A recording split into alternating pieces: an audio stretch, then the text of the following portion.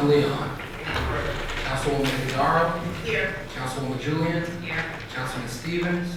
Here. Vice Mayor Wilson. Here. Mayor Harris. I'm present. You have quorum. All right, please stand for the.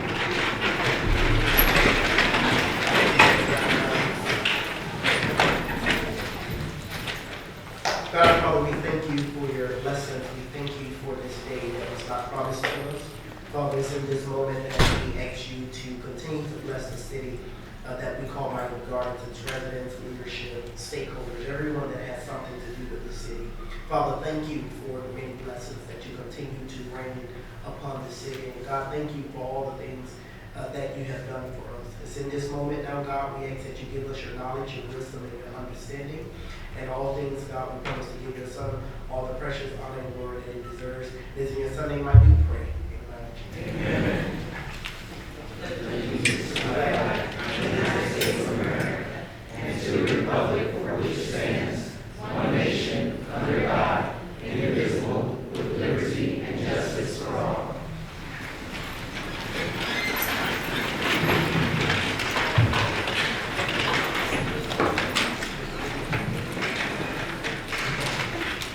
All right, we're on approval of minutes.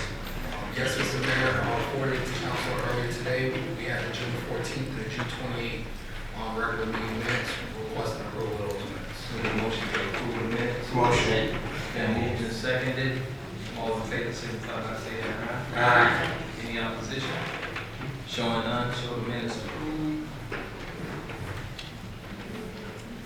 All right, we're on order of business. Are there any items that need to be pulled from the consent agenda? Mr. Clerk, I need to withdraw item 11-1. Duly noted. Mr. Mayor, Yes. I need to add a special presentation. I'll stay on. Mr. Mayor, for that.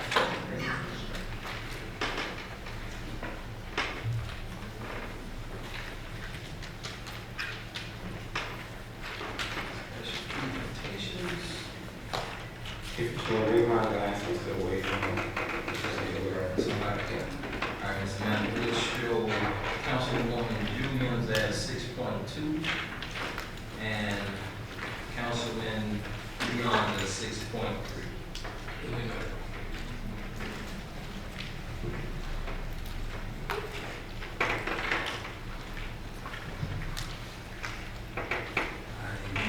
Anybody else have anything to add?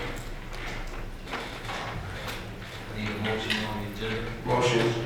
Been moved and seconded, all in favor, signify by saying aye. Aye. Any opposition? Showing none, so the agenda passed.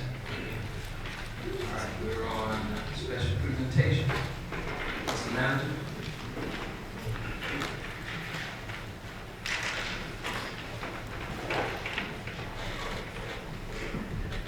How do you want me to do this? Mayor, Yes. before I begin, if you would like, Councilman, I could step aside, let you do your presentation now, and I can come back up. Sure. Okay? All right.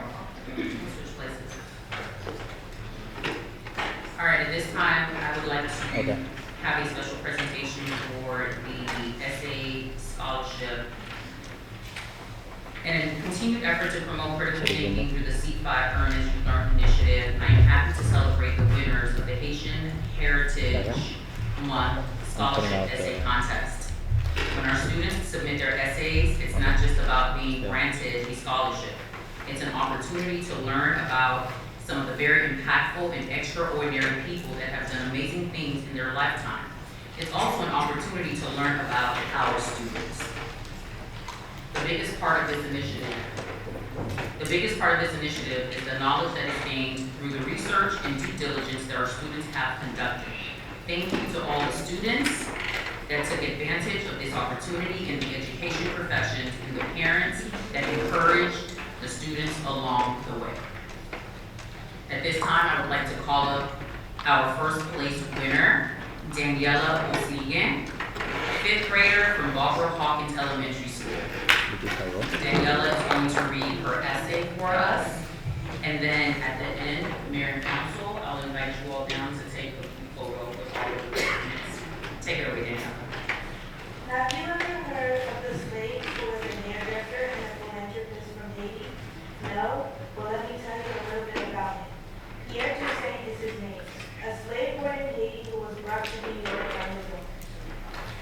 Toussaint was born into slavery on June 28, 1766, which is now called Haiti. He was the son of Urso and resident on the Archibald plantation owned by the Garrard family. On August 5, 1811, Mr. Toussaint married Juliette Noel, a slave 20 years his junior, after purchasing her freedom. When Mr. Toussaint moved to New York in 1787, he learned the trade as a hairdresser. In a few years, he became the most famous hairdresser in New York. During his work, he would talk to his clients about God. Mr. Toussaint attended daily mass for 66 years at St. Peter's in New York. He owned a house on Franklin Street where the Toussaints sheltered orphans and fostered numerous boys in succession. Mr. Toussaint also supported them by getting jobs through his connections in the city. He often arranged sales of goods so they could raise money to live on. Mr. Toussaint also helped to build a new Catholic church in New York, which became Old St. Patrick's Cathedral on Robert Street. Mr. Toussaint really did a lot for his community. He inspires me because he gives me motivation to help people in need. Thank you.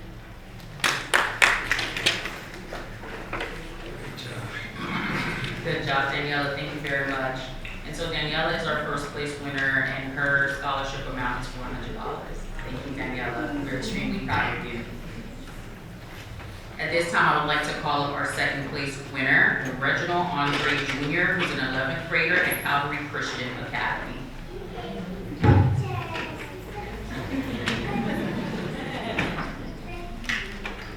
Glorious and lady was a Haitian Canadian political activist, author, and theological impact on Haitian communities abroad. He used his literary work to shed light on issues affecting Haitian people.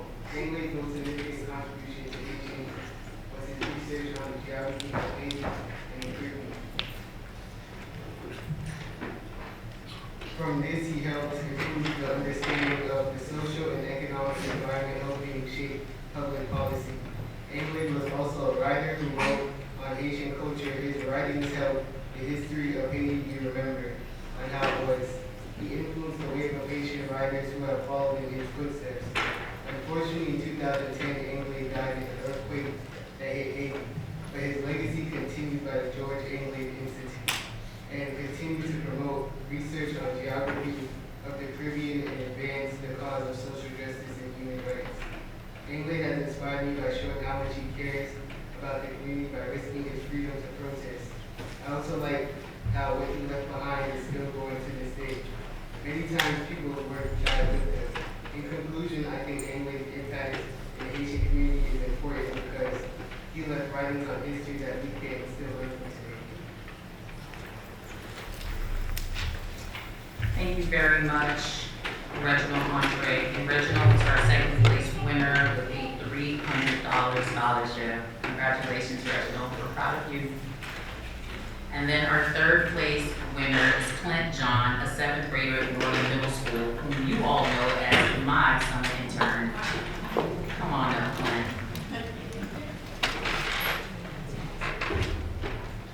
Good evening to everyone. I would like to write about my friend's mom, Lorna Joseph Esquire.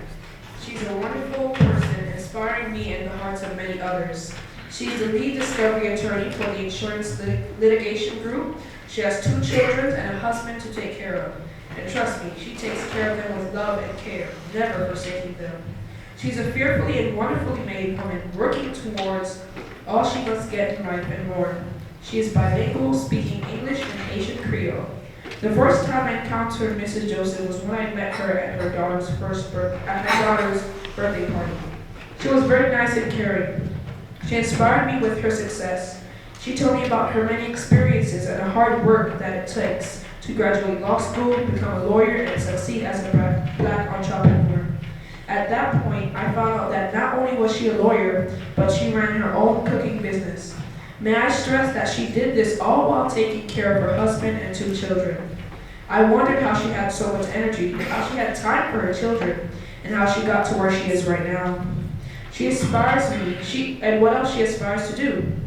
Through connecting with her more, I learned that she has helped various property owners to get what they deserve in various cases.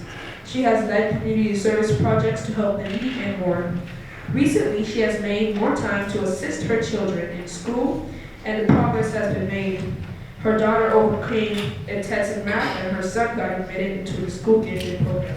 How do you plan to make change in the world today? How do you plan to impact your community?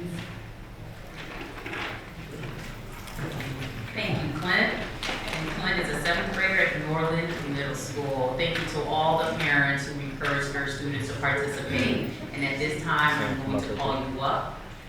Mayor and council, please come on down and let's take a move forward with our students.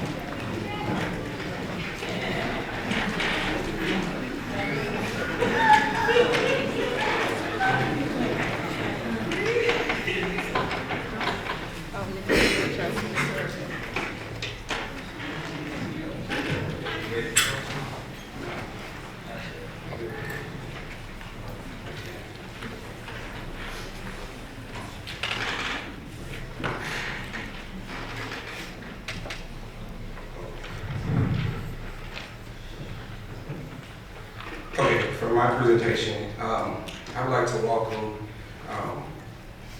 this is the state representative, former state representative that we met, myself and Councilwoman Campbell, along with Renita. We went to Tallahassee on behalf of the city, championing some projects that we're working on.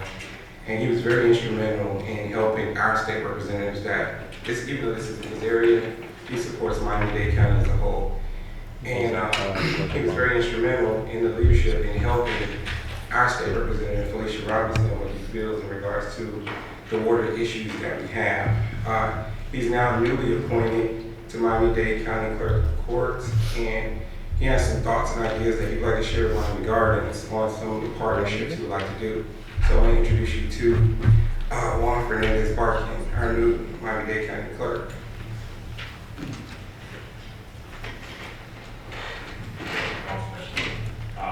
It's an honor to be here, Mr. Mayor, Vice Mayor, and Councilman and women. Thank you so much for this opportunity, and it's a pleasure to speak here and present in front of the wonderful residents of Miami Gardens. Just so you know, this is the first municipality that I come to speak to. I'm not going to mention any of the other municipalities. I don't want anybody else to figure it out. But it's an absolute honor. For those of you who don't know, I mean, when you hear the clerk of the courts, you immediately think of the civil court records, the criminal court records, but there's so many other functions that the clerk of the court has. Marriage licenses, jury, essentially maintaining the public records, the official records of the county. There's so many things, and in total, there's over 1,100 employees that pertain to the clerk of the court also.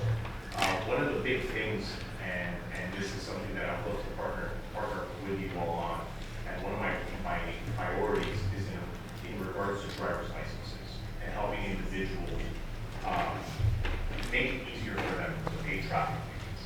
For those of you who don't know, well, there was recently a driver's license task force, and in the report it stated that there's over 600,000 residents in Miami-Dade County who have suspended driver's licenses.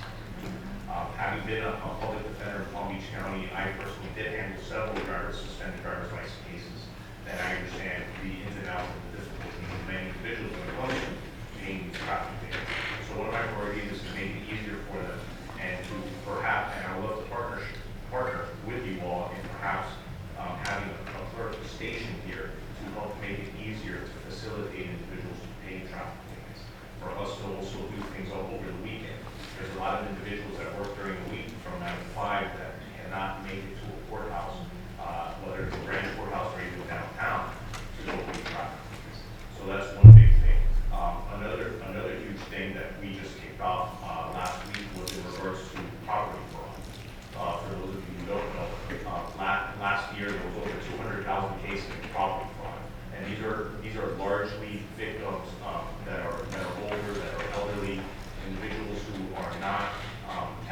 savvy individuals who don't know how to get on the 98 property appraisal website to see if there's been a change in their property. We started a system, and this is something that is free, that any property owner can go online to miamiadeclerk.gov and register their email and their folio number, and we show how they can find the folio number. So if there's a change in the property, a change in the public records for their property, they'll get an email alert. I personally registered to get on the service. This is a service that there are a lot of private entities who charge for this. This is something that is completely free of charge that we're doing. And another thing that I'm concentrating on is also just customer service. That is something that I'm incredibly embarrassed about, that if you call 305-275-1155, the phone number on the website, you're probably not going to speak to a human being. And that is something that we feel somewhere around 5,000 calls a day. But I'm dedicated to hiring staff that is going to be able to answer the phones and speak to individuals and get them to where they need to be and who they need to speak to. But these are things that are priorities for me, and I would love to partner with you all on, and my door is always open. And thank you again for this opportunity. Thank you. We look forward to working with you. Thank you. Thank you. Mr. Manager? Thank you, Mayor, Vice Mayor, Councilor, Cameron, City Manager. First of all, let me say this. Had I known the kids were going to speak so well, I probably would have put on my presentation. It's hard to follow kids that way. Secondly, I'd like to welcome the clerk to I had a chance to meet with him, so I appreciate him being here tonight.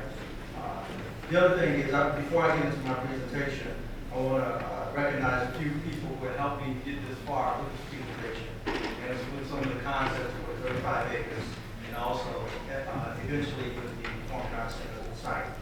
Laura Lee Birdie, capital improvement; Keisha Smith, planning and zoning; Swan capital improvement; Claudia Salvador, capital improvement and building. And also, I must say, I want to thank my colleague and charter officer, City Attorney Sonny Dickens, for her assistance in pulling this all together so that we can present this to you tonight. Mr. Clerk, if you don't mind, please have the deputy clerk not buzz me after 5 minutes, but I will try to keep it within 5 minutes.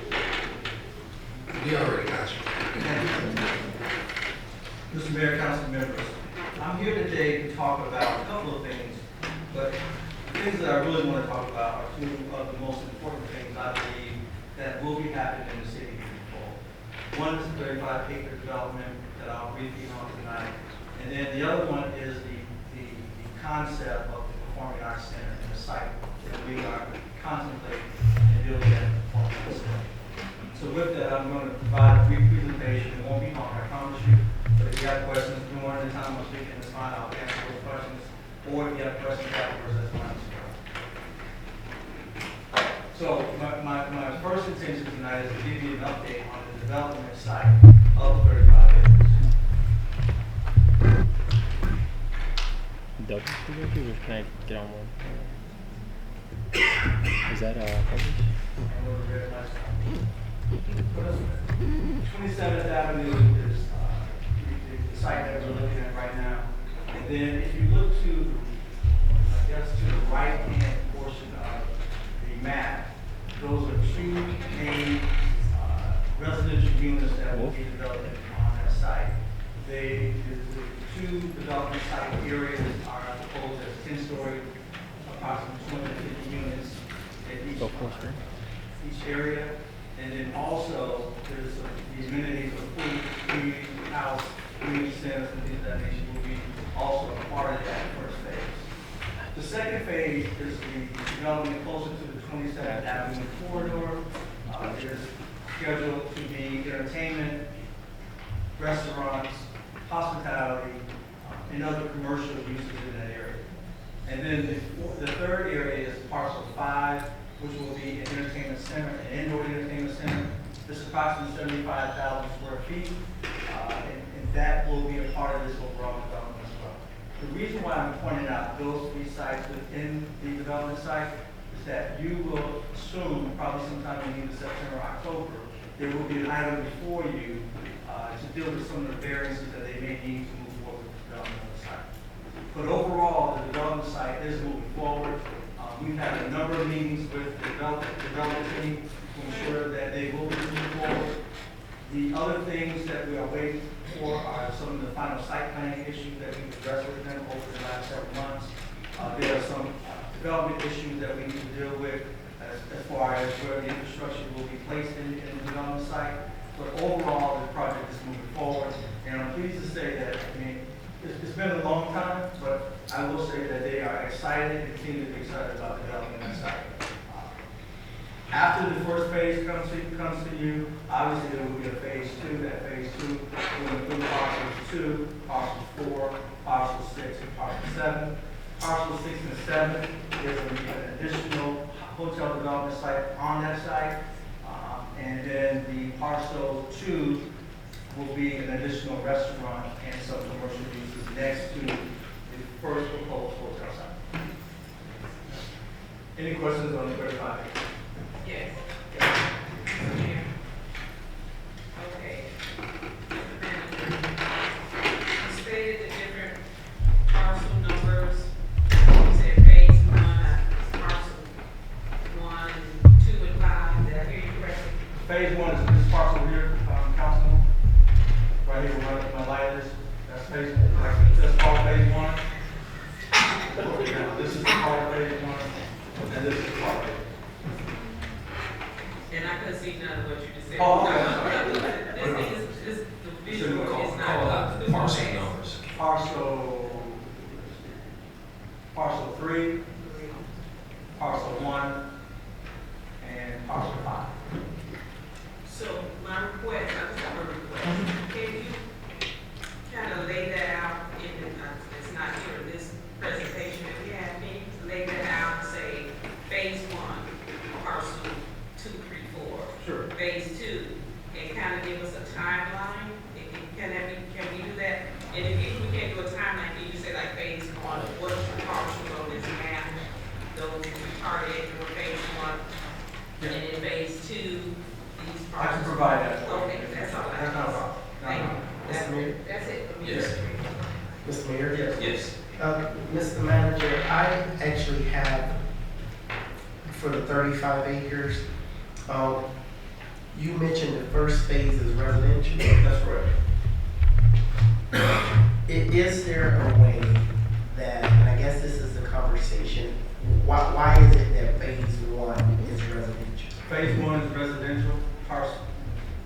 Phase 1 is residential parcel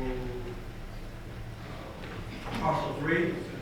The other part of phase 1 is parcel 1, which is commercial restaurant and commercial restaurant and hospitality areas and retail.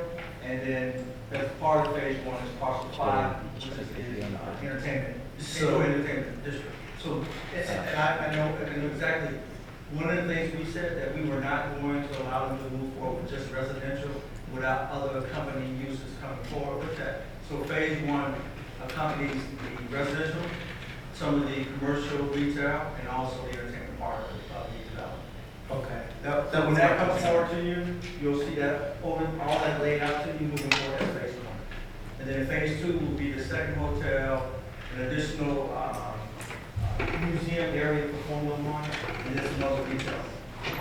So for clarity purposes, phase 1 would consist of both residential and the retail that you're. That's correct. Thank you. And the reason for that, Mr. Mayor, yes, the reason for that, Councilman, is that the overlay district only allows for mixed use when it comes to residential and commercial, so we have to do a mixed use. It has to be a true mixed use. Do you have a clear timeline on that? I would say probably we met with them 2 weeks ago, we went over some things. I would say probably sometime between October and November, we should have a item before you regarding variances that need to be. Okay, thank you. Any questions, Mr. Mayor? So, Mr. Manager, so during phase 1, do we have any control or any say in how the terms of development, so for instance, as opposed to building, we know that the residential and the restaurants are all part of the phase one. But is there a way that maybe they can break ground and start to construct the restaurants first? Because when we think about it, right, food and beverage is what brings people together, right? Hey, let's go have a drink, let's go out to dinner, right? And so attracting people to something that we have here, restaurants, right, functioning, and then the continuation of going vertical with the apartment complex. I have a conversation with them about Please that. do. The only reason why I'm hesitant to make that commitment is because the bulk of what they'll be doing in phase one will be residential. But the goal is, and Keisha and I have been meeting and talking about this, the goal is to see if we can move things and start things all at the same time. So Sure. that would be the goal. Sure, so we know that development is fluid, right? And so definitely not a commitment, but worth having a conversation. Absolutely. Absolutely. Thank you. Any other questions for the board? I think we need a motion to. You not finished? You said it for a little long. I want to talk about the performing arts portion of this, and then after that, Mayor. I appreciate you. This is just a rendering of what we hope some of this will bring to the city of Miami Gardens and what that will look like. So it gives an overall rendering along 27th Avenue. You have the hotel. Obviously, you have the retail portion that's in the front of, on the front of 27th Avenue. In the back, you see the residential components, and then you see the other hotel and the other downstairs. No, they don't. Oh, Now I want to talk about what I believe is probably one of the catalysts for the city of Miami Gardens. it's not good. I believe this project and this district that I'm calling will take the economic development, housing, services, programming, all of those things that this council pushes into our community in a very positive way. So we look at and we try to identify things that make us unique. We try to find things and do things that bring a different type of attention to us. So we're the city of Miami Gardens, where the Hard Rock Stadium is in the city of Miami Gardens. We're the city of Miami Gardens where we have Topgolf, we have other restaurants and things of that nature. So what is it that we can do as a city to bring a different element and improve all the other elements that we have in the city right now? And I believe what I'm calling the PACE district can get us there and move us in that direction. And there's a lot of moving components in this district. There are a lot of moving pieces that I believe are very positive and can move the city forward. So I just want to walk you through some of the things, some of the concepts that we've been talking about, and some of the things that we put together to give you an idea of what we believe, what can happen when 3.6 acres is behind us in the future. So the Performing Arts, Civic, and Entertainment District is what I'm recommending to move forward. The boundaries, obviously, would include City Hall property. It would also include the county properties that are just north of us, and then some vacant properties that are owned by the private sector. Certainly, they will fall within the parameters of what we can do from a mixed-use development and for hospitality issues, hospitality development, and any other positive issues that we possibly develop at this site. And then, obviously, just behind City Hall is the Performing Arts Center area that I'll walk you through today. So let me start off with the Performing Arts Center. What we're recommending is that we look at something along the lines of about 50,000 square foot facility, a three-story building with up to capacity of about 1,200, ground floor about 25,000 square feet for other activities, open plan for flexible seating, a layout with banquet and or theater style seating, office space, the second floor that would have 440 existing fixed seating, office and flex space, and then on the third floor, an additional seating capacity for different events. Next to that, we're proposing a black box theater. That obviously will be something geared for our children and our youth in the city of Miami Gardens. You know, I wish the black box theater was around when my daughter, who now happens to be in California in the movie industry, was something here that she could have been a part of. But luckily, she's doing well. But these are the types of things and these are the type of opportunities that we can provide for kids in the future in the city of Miami Gardens. A youth center that we believe can complement some of the programming that we do already here in the city of Miami Gardens and possibly elevate some of those programming initiatives that we have. A STEM facility. As you're aware, right now we have proposed a STEM facility at Briscoe. And unfortunately, we're dragging along. I think it might be in our best interest to move that function and those facilities and those programming initiatives that we have and move them to this site where we have better control of what's going on in the city of Miami Gardens, better control of the programming and things of that nature. So I would propose moving that STEM facility from Briscoe and bringing it here and then developing that project on site here. As a part of the general obligation bond, we had money set aside for the Culinary Arts Institute.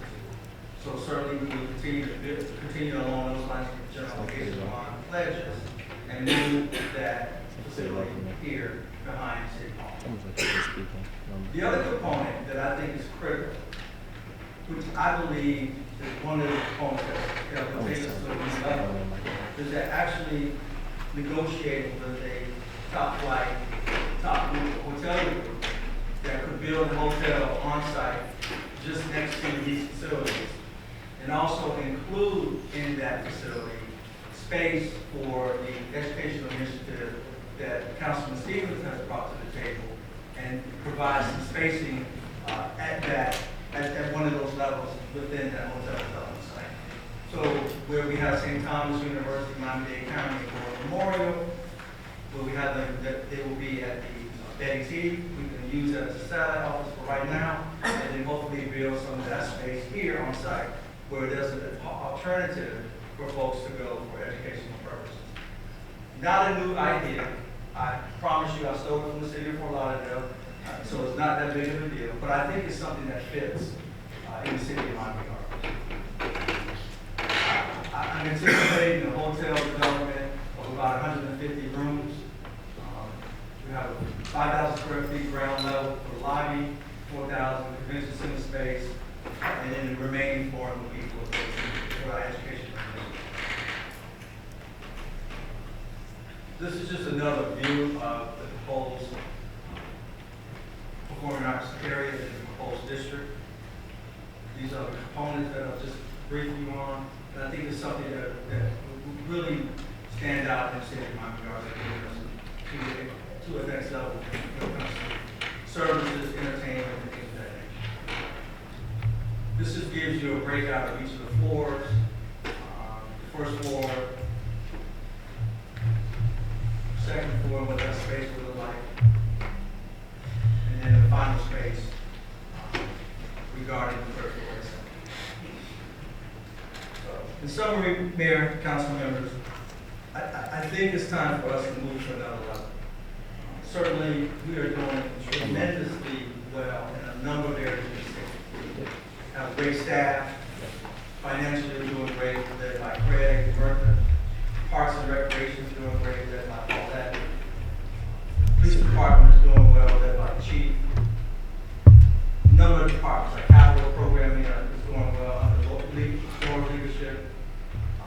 I think this combines everything that we need to do to move forward as a city. This is certainly economic development. Councilwoman Julian, this is the critical path for economic development. Educational development, things that we do for our youth, things that we do for our seniors, women's impact, all those things that we talk about. I believe this project, moving forward, providing the things that we necessarily need to move forward, identifying the funds that we need, certainly would not only continue to keep us on the map, but improve us as a city overall. With that, I'll answer any questions, but that's my presentation. Mayor. Go ahead, Ms. Mr. Councilman. Manager, I told you the other day when we had a meeting that, you know, we just thought that was vacant land out there, but when you actually showed me what you're working on, you're actually doing a good job, and I want to say kudos to you on what you're doing with this project and the level that we're getting ready to take this into. Mr. Mayor. Go ahead, Councilman. Thank you, Mr. Manager. I have a string of questions, so bear with me for a second. My first question is back to the Miami Gardens Pace District. The large portion that looks like north of the police department, if I'm looking at this map correctly. See, this is what happened when I do over here, presentation like this morning. I'll mess it up. Go ahead, sir. Yeah. Yeah, the IT support I have, they understand. The large portion look like it's the north of the police department. I know that I'm looking at that correctly. You are looking at that, this right here. Go to the next slide. Next. There you go. There we go. Yeah. Yep. So that large portion there that looks like it's north of the police department, that is not City of Miami Gardens property, am I correct? No, that's county property. All of that is county property? You got the Or fire is it station. the fire You have station? the Robert Parker building. You Yeah, have the gas facility.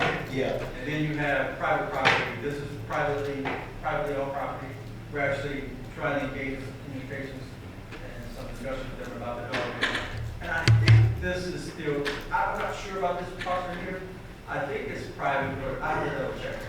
Okay. All of that here is a mixture of private property and county-owned land. County-owned buildings, excuse me. Got you. So the plan is to include that property with the Performance Arts Center, which is current property that's owned by the City of Miami Gardens. Yeah, and what I like to, what I'm trying to get at is, if there's a possibility of renaming this the Miami Gardens Pace District, there are civic activities that we could engage with the county in the future. Sure.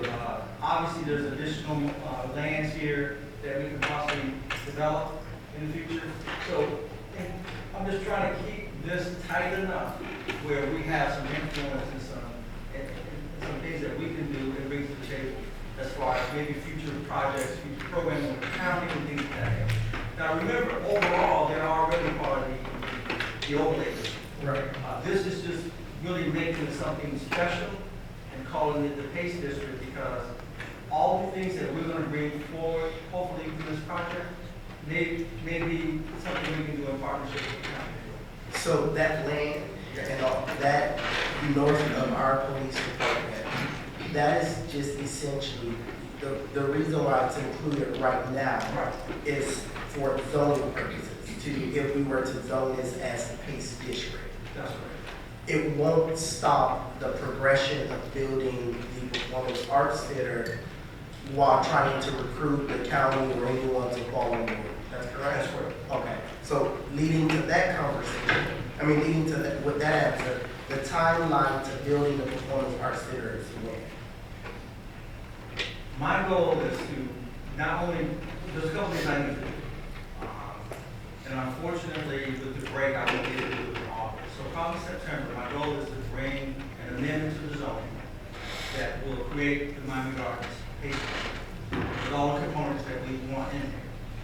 Get that approved, and then work with staff over the summer, work with staff to begin to put in place the things we need to do, if it's an RFP, or work with other architectural firms and things of that nature, to bring something back concrete so that I can bring to the council to get that approved and then move forward with the project. And I just want to be clear, the portions that I'm talking about moving with will be the public portion. We still have the portion that would house the hotel and the private sector of this development. I'll begin some negotiations and try to figure out how to move forward with that, but I really want to move forward with the public funding portion of it. Okay. So that would be the Performing Arts Center, that would be the culinary facility, that would be the Black Box, that would be the Youth Center, and potentially the Bristol Project. Okay. And, I'm sorry. I just want to, remember, we have an architectural firm that's on board right now for the Bristol Project. So we may have to work with the city attorney on that. But we may have to move, if we move, then we may have to go back out for an RFP or something of that nature to do that project going forward. But that's something I work with the city attorney. So currently, we don't have a firm for the performance arts. I don't have a firm as of today. Okay. But hopefully, after this conversation, You ready? Mayor and council want to make a motion, give me the authority to move forward. I'm ready to move forward and identify go through that process. Okay. Okay. I think the project is a great one.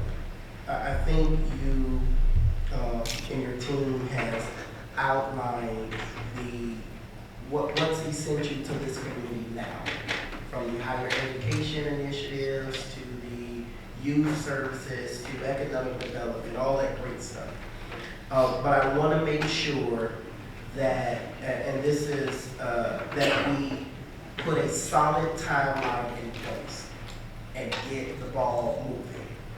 I want to make sure that these projects don't take a long time to actually execute and be completed. So that's why I'm concerned about the timeline and how we're going to move. I ideally would like to see a schedule that by the end of July, we'll bring this zoning district to you. September, we're looking to bring out a bid. November, X, Y, Z. I want an outline. And if it's a will of the council, I would ask if we can receive an outline and a step-by-step as it relates to this project being executed so that we can make sure that we're getting it done. We're getting it done, essentially. Sure, Mr. Mayor? Yes. One of the things I can do is when I come back to do the rezone, I can provide all of that information in the rezone, just as information purposes. So you'll see that once the rezoning is completed, that outline goes forward. Okay. So the outline, Step by step. with time. Rezoning's over with, now this is what we're going to be doing. Okay. I don't have a problem with it. Okay. And you're bringing that to us in July? No, I won't get it. Our next meeting is in 2 weeks. No, I thought that's what he said. No. After recess, I'll bring something back hopefully sometime in September. Okay. So this project, realistically, we're not looking till next year sometime. You're probably, well, there are a lot of moving pieces I gotta put in place, obviously. So you're looking at probably time. Okay. I can't move any faster than that because of the timing. Yeah, I guess the reason why, I guess I'm a little confused because I thought things were already getting done. Aside from the rendering and all of, I thought we were already moving down the line. So that's why. No, I couldn't move until I got authority from the council. So I wanted to put together the overall conceptual plan so that you can see where I'm going, what we're doing. And then once that is, then I get your approval and your blessing, then I can move forward everything. Okay, well, since we're still. And keep in mind, it's our project, so we'll be able to do things that we would do. Okay, so. No. No, I just like to get back to what you said. Oh, go ahead before I ask this next question. Maybe, schedule this meeting, but a quarterly report is also needed. So at least 4 times in the calendar year, we'll get a natural kick-in update. Because you can have a schedule, but if it gets out of the way, but you need to, it just needs to be every quarter. So every quarter, 4 times a year, until the project is completed. You have to give it an update. Yeah, no, I agree. I think just so that you know what's happening. Because like I said, I thought that we were operating where we are now. While we in the beginning stages here, and I know, for example, the program that you mentioned here outlined a lot of these great things are already being led, and a lot of these things are happening as far as the city-university partnership and creating space where local universities can come and offer classes to our residents. I want to make sure that I want to suggest that we go ahead and include in our budget an individual that can actually roll out these programs and then start creating, because, well, not start creating, because we already started creating, but implement these programs so that we're essentially proactive and ahead of game, that we're not building space and not utilizing the space. Mr. Mayor? Go ahead. Councilman, I think that's a great suggestion. I don't have a problem doing that. One of the things that I will be evaluating while we go through that process, if the council is going to do that, I don't have a problem with that. One of the things that Councilman Julian brought up is the economic development representative. So we're out now trying to recruit someone on that. I think there's some synergy that may be happening going forward with that, especially once we build, we have those office spaces over there. So I don't have a problem with that. I certainly, I'll bring that forward. In addition to budget, it gives us an opportunity to have somebody on board to begin some of the programming, looking out to the future, those types of things as we build. And then once we open, we're already ready to rock. We're already to be ready to Sure. And offline, I can sit with you. Ideal, I'm thinking a director of education services, a chief education officer, or someone that has education and leadership experience that can execute a lot of the different initiatives. Not a problem. You know, Mayor, Council Member, there are a lot of cities that do things that with action, so I'm going to bring that, put that in the budget. Thank you. That, I have a further. Any other questions? Yes, so 3 things. First of all, I want to say that this is forward thinking, and this has been a long time coming, so I'm happy to see that this is coming for the board today. My colleagues suggested that we have 40 before that's if you know anything about development, you know that change orders are just an ongoing thing, right? You think that you're moving along with something, and if something happens, you gotta backtrack. So seeing something every 90 days will allow us to keep focused on the project. I love what I'm seeing. My last thing for you is, as Councilman Stevens was inquiring about the Performing Arts Center, to help us better understand which phase of the project is the Performing Arts Center included in? Is it phase 1?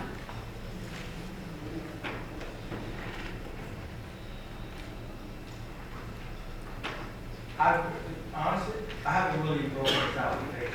I wanted to show you conceptually where we are and what we can do. Because understand with the STEM facility, we have something in place. With the Performing Arts Center, we've done our due diligence, we've done our homework. We've done trips and looked at different performing arts centers across the country. We've also done local stuff. So, I'll be honest with you, I'm not a big person when it comes to phasing development. I'm that person that's jump in, let's get it all done. You start here, you start there, you move forward. Give me some time to sort of think that through. Okay. And then I can bring something back with one of the quarterly reports, or I can bring that back when we bring the item back for rezoning, and I'll have a better picture for you regarding that. Okay, that's fair. So we're mentioning that parcel one is, well, we talked about phase 2 and parcel 2, 4, 6, and 7 is in phase 2. And then parcel 3, 1, and 5 is in phase 1. At some juncture of the project, I think it'll allow us to answer his question, because he's trying to understand the timeline for this Performing Arts Center. So we know which phase is included, and at least that will give us some kind of an idea of when this thing is going to be built. No rush on it. We want something that we build safe, something that we all can utilize, but having an idea of the timeline will be good. In regards to the 35 acres, there's a timeline for that. In regards to the 35 acres, I mean, if I remember correctly, and Keisha, I may have to lean on you a little bit, I think they were anticipating maybe the groundbreaking the end of the year, the beginning of next year. So if they are going to move along that track, certainly we can probably follow along that way as well. Now, keep in mind that if we have that type of development happening, that construction going on, your phones are going to ring, your emails are going to get crazy, but it is progress. It's something that we're going to be moving along with. So it is what it is when we get started.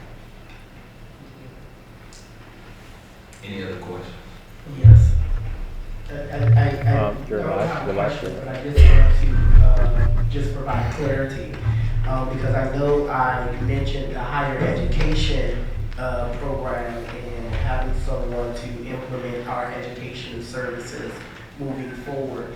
But I want you, Mr. Manager, to look at all of the services that you propose to us this evening and see what areas are necessary for us to be proactive now and start including that into what our fiscal budget looks like.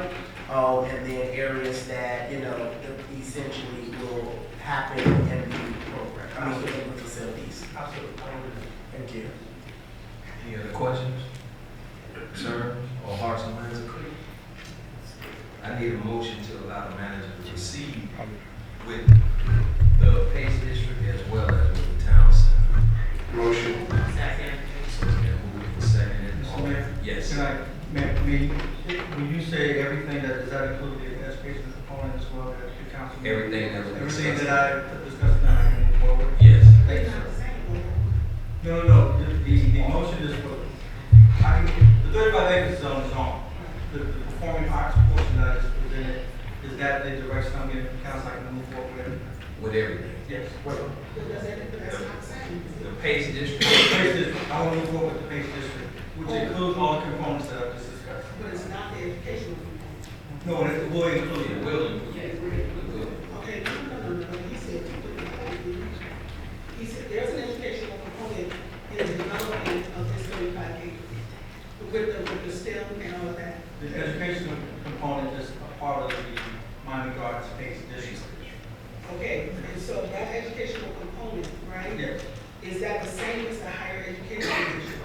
that's correct. That's what the higher education. But aren't you talking about the higher education initiative that is starting at Betty? That's currently starting, Ms. Mayor, that's currently starting at Betty T, that would essentially end up at this location. So you're saying that those dollars end up, they're gonna start now, and it ends up in your year? Is that That's what you're correct, saying? that's correct. So he needs to do all of it. No, I got you. I got you. So it has been moved and seconded. All in favor, signify by saying aye. Aye. Any opposition? Showing none. Mr. Manager, go forth with the possible. Thank you very much. Mr. Mayor, I have another presentation, but on this presentation.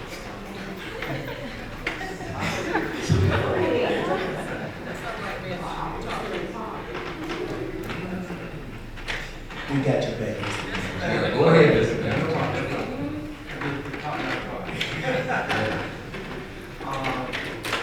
I have another, I'm going to introduce the presentation to you. I'm going to have the chief of police come up and also my sergeant Jenkins come up and introduce a group of young people that are out there working hard, being trained, being identified as future leaders in our city. I had the opportunity a couple of weeks ago to speak to these young people about what it meant to be a person moving forward and doing something positive in the neighborhood and in the city. And I'm going to turn it over to the chief and to Sergeant Jenkins to give the presentation. However, before I do that, excuse the person in the back. However, before I do that, I do want to recognize Sergeant Jenkins. So it came to my attention that there was a young lady walking down the street, and she appeared to be in a different state of mind. And so our Sergeant Genty decided to get her attention, pull her over, and have a conversation with her. And unfortunately, when he talked to her initially, she was afraid of him. She didn't want to engage with him. She didn't want to do anything with him but run. And he finally got her attention and was able to help her get to where she needs to be. And unfortunately, she was part of sex trafficking. And so, when they were able to bring her back and question her, they were able to identify the area where the activities were happening. And if it wasn't for our Sergeant Genty, that would have never happened. And that young lady and other young ladies would have followed for 3 years.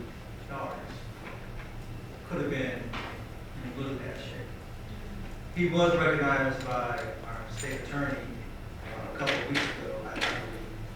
I didn't get the invitation, but that's okay. But I do want to take this opportunity to recognize him because he is the lead person.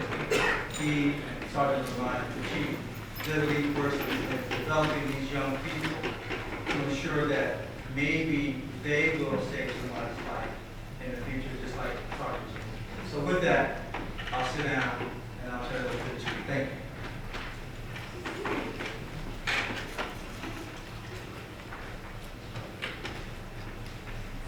Good evening, Mayor, Council. Chief Delano Press, New Orleans Police Department.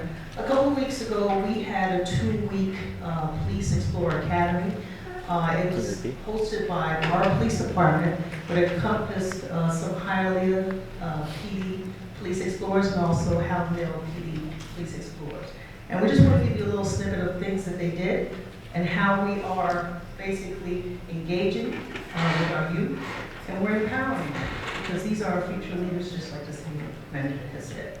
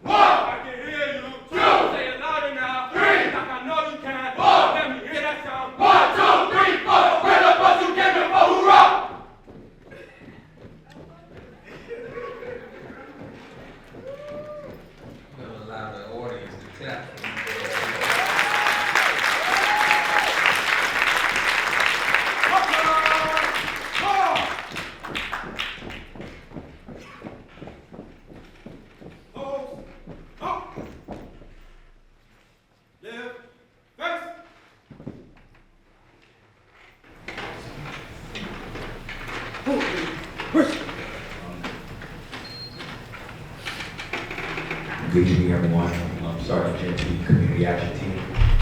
Here you guys have here our police explorers. We have the opportunity to mentor them throughout the summer while they're out of school. Over the last several weeks, these young men and women, they've been tested mentally, they've been tested physically, and emotionally. They were kind of put through this program to kind of mirror some of the things that we do out there on the street, and I can tell you that these fine men and women are the future leaders of our community. At this time, I'm going to go ahead and show you guys a video of kind of what they endured over the last couple of weeks. And I want to turn it over to my colleague, David Lee, if he wants to say anything, because we were both instrumental in getting this done. Like Sergeant Henry said, these are our future leaders.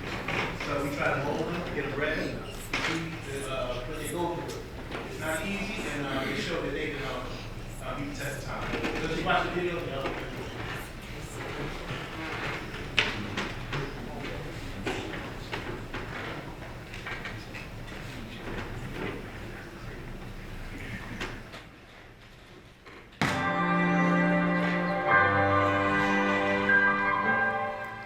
You need this presentation?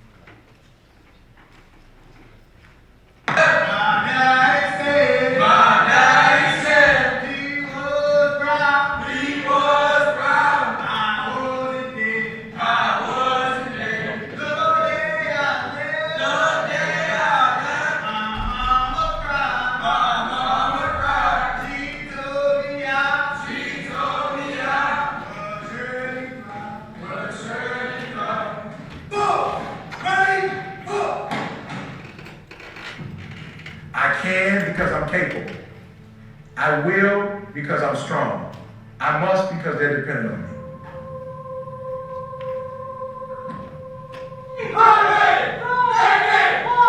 Your goal should be the best human now that you can be. So your sons and daughters, when they bury you, should say, that's what I want to be like. That will take this legacy to the next level. Don't you sit here and act like you've reached all your level of success. No, you have not. You have not begun to see the things that's about to happen to you. Never ever, never ever, never, never, never, never ever give up on your dream.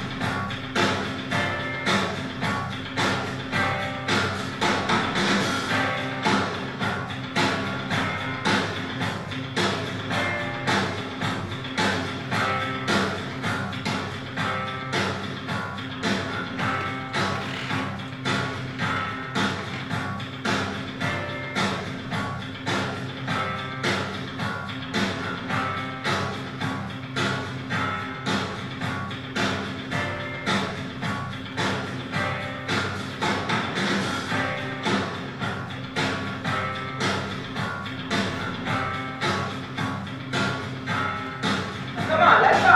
Off your knees, off your knees. Give your best, give your best.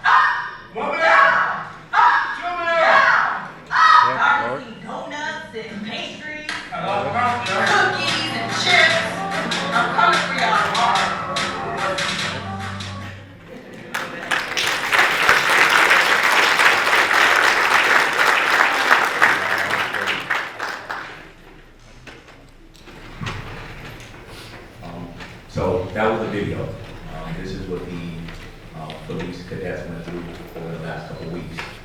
We have Miami Gardens Police Explorers, we have Hialeah Police Explorers, and we also have Hollandale Beach Police Explorers. So when we talk about the collaborative effort, this is what we're talking about. This wasn't just a traditional academy. What this academy taught these kids was mental toughness, perseverance. The very first day of the academy, they were from different departments. They told us that their mindset was against each other. They said after day one, they realized they were supposed to come together collectively and do this as a team. But this could have never been done without the men and women of the community action team that are back there. They were the pulse and the heartbeat of this. They were given various assignments and they executed those assignments flawlessly. Those kids back there, with the amount of training that they received over the last 2 weeks, I trust that if anything were to happen to anyone in this room, they are equipped to save their life. So I want to thank the CAT team.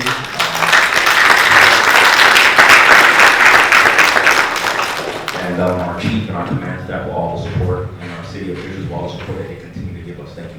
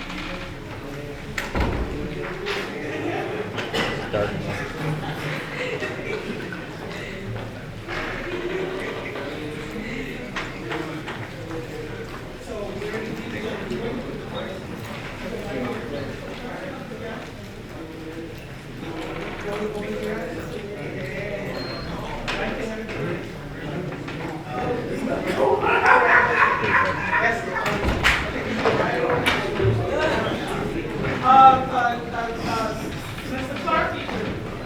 Never mind, I'll take care of it. Come on, everybody, just, and you guys ready to come on around this way? You want them on? Perfect, perfect. There we go. Come right on around. They want them on. They just want them on. All right, good job. All right, now, let's take a look at this. Everybody's ready? All right, and Councilman, I'd like you to get into each part of the, okay, now you're going to do, yeah, because you're kind of short, so come on up, Councilwoman, come on up. All right, okay. All right. Yeah, I'm gonna try to be a protocol, all right.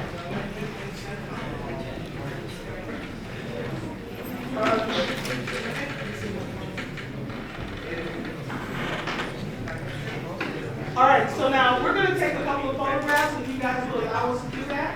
All right, and when I tell you to switch, I'm going to switch you around. How about that? Well, one second, y'all need to back up. Okay, no, y'all back up. Wait. All right, the back row, take one step back. Okay, the middle row, take one step back. Very good. Now the front row, just take one step back. Now how do they look, folks? Do they look okay?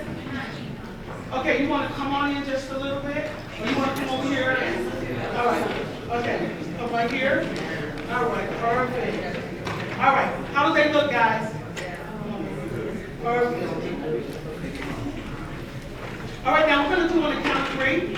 Okay. Ready? 1, 2, 3. Smile.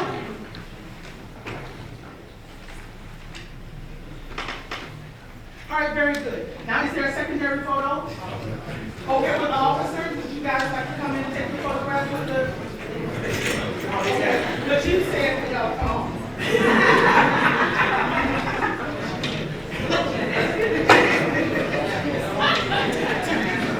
No, they need to come up front.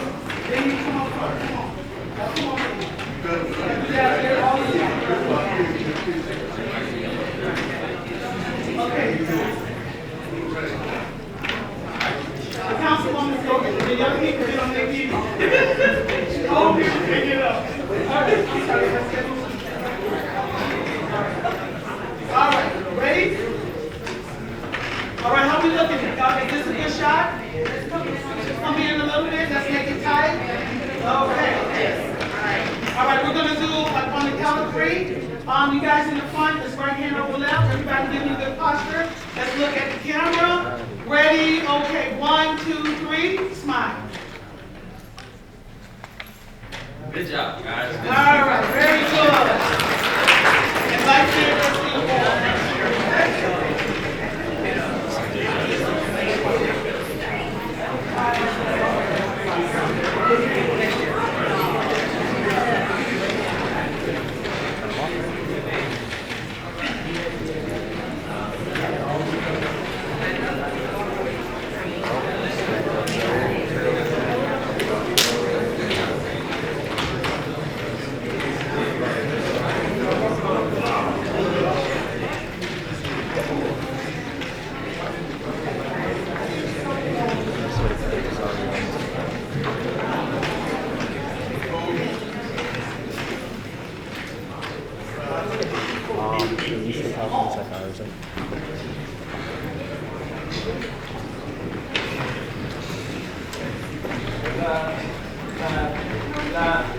That's as much as I got.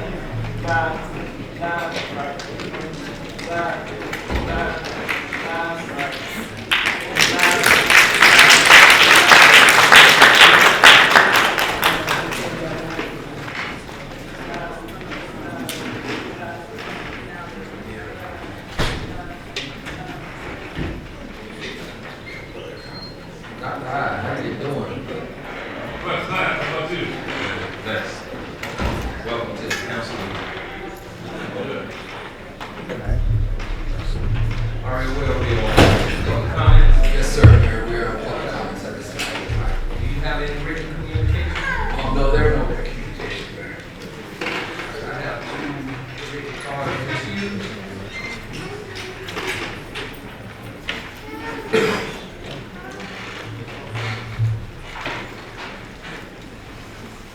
Good evening, Council. Lee Hughes, 3335 Northwest 180th Street, 90 yards forward, 33056. This is a follow-up request waiting for a follow-through of action from city council members. At the previous city council meeting, June 14th, I, Lee Hughes, on behalf of the Myrtle Grove community, informed council there is a great need for the application for public music broadcast permit to be amended to incorporate language for outdoor events in respect to the city of Miami Gardens residents. Why? Because when one calls for an officer to be dispatched at an outdoor event due to excessive and unreasonably loud music, they're informed a permit was issued for this event. And that's the end of that conversation. It's like saying, you've got to deal with it. And that's the problem. As I previously stated, this permit as is does not address, qualify, or stipulate any limitations or consequences to the applicant as to the expectations pertaining to excessive and unreasonably loud music, raucous, the use of profanity by individuals, as well as uncensored music heard throughout the community. The residents of this city are entitled to respect the person, peace, tranquility, and comfort in the place in which we call home. So again, I come to each of you on the dais requesting action is taken to amend the application for a public music broadcast permit as it pertains to outdoor events for the reasons stated above. Yes, it's where we want to be, but with respect in our communities. Thank you. Thank you, Ms. Hughes. Tanya Andre?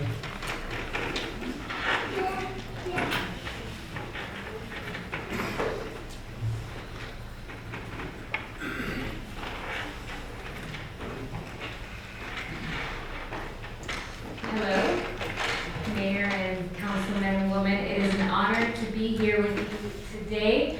And I wanted to share about the amazing opportunity that the city, I'm so grateful to Councilwoman Linda Julian, Councilwoman Shannon Isidoro, and all of you, really, for the opportunity to host the Kids United, Building Awareness and Resilience Against Human Trafficking. There is a movie out called Sound of Freedom. This movie portrays a true story that happened on how an agent went and rescued 2 children. And just like you heard today, things are happening in Miami. However, a movie is only a movie and it stays in the movie theater if there's no action that takes place. I'm excited that the city of Miami Gardens is taking a proactive approach to teaching and training our children on tactics of human trafficking. I want to invite all of you and everyone here to attend this event, and hopefully together we will grow it to include more opportunities in the years to come. My name is Tanya, I'm the founder of the Mabuno Project. We have been in the Miami Gardens community since 2009, raising awareness, but we are growing. We have the partnership of the Miami Dolphins Football Unites program, Miami-Dade College, corporate partnerships like Arch Solver Cybersecurity, and along with other local and private identities. And I am proud to say that as of yesterday, the Mabuno Project, an organization that started in your community of Miami Gardens, is now being funded by the Children's Trust. Thank you. Just to let you know that we are here to stay and we are here to serve our community because God's children are not for sale. Thank you. Ms. Andre, when is this event and what time?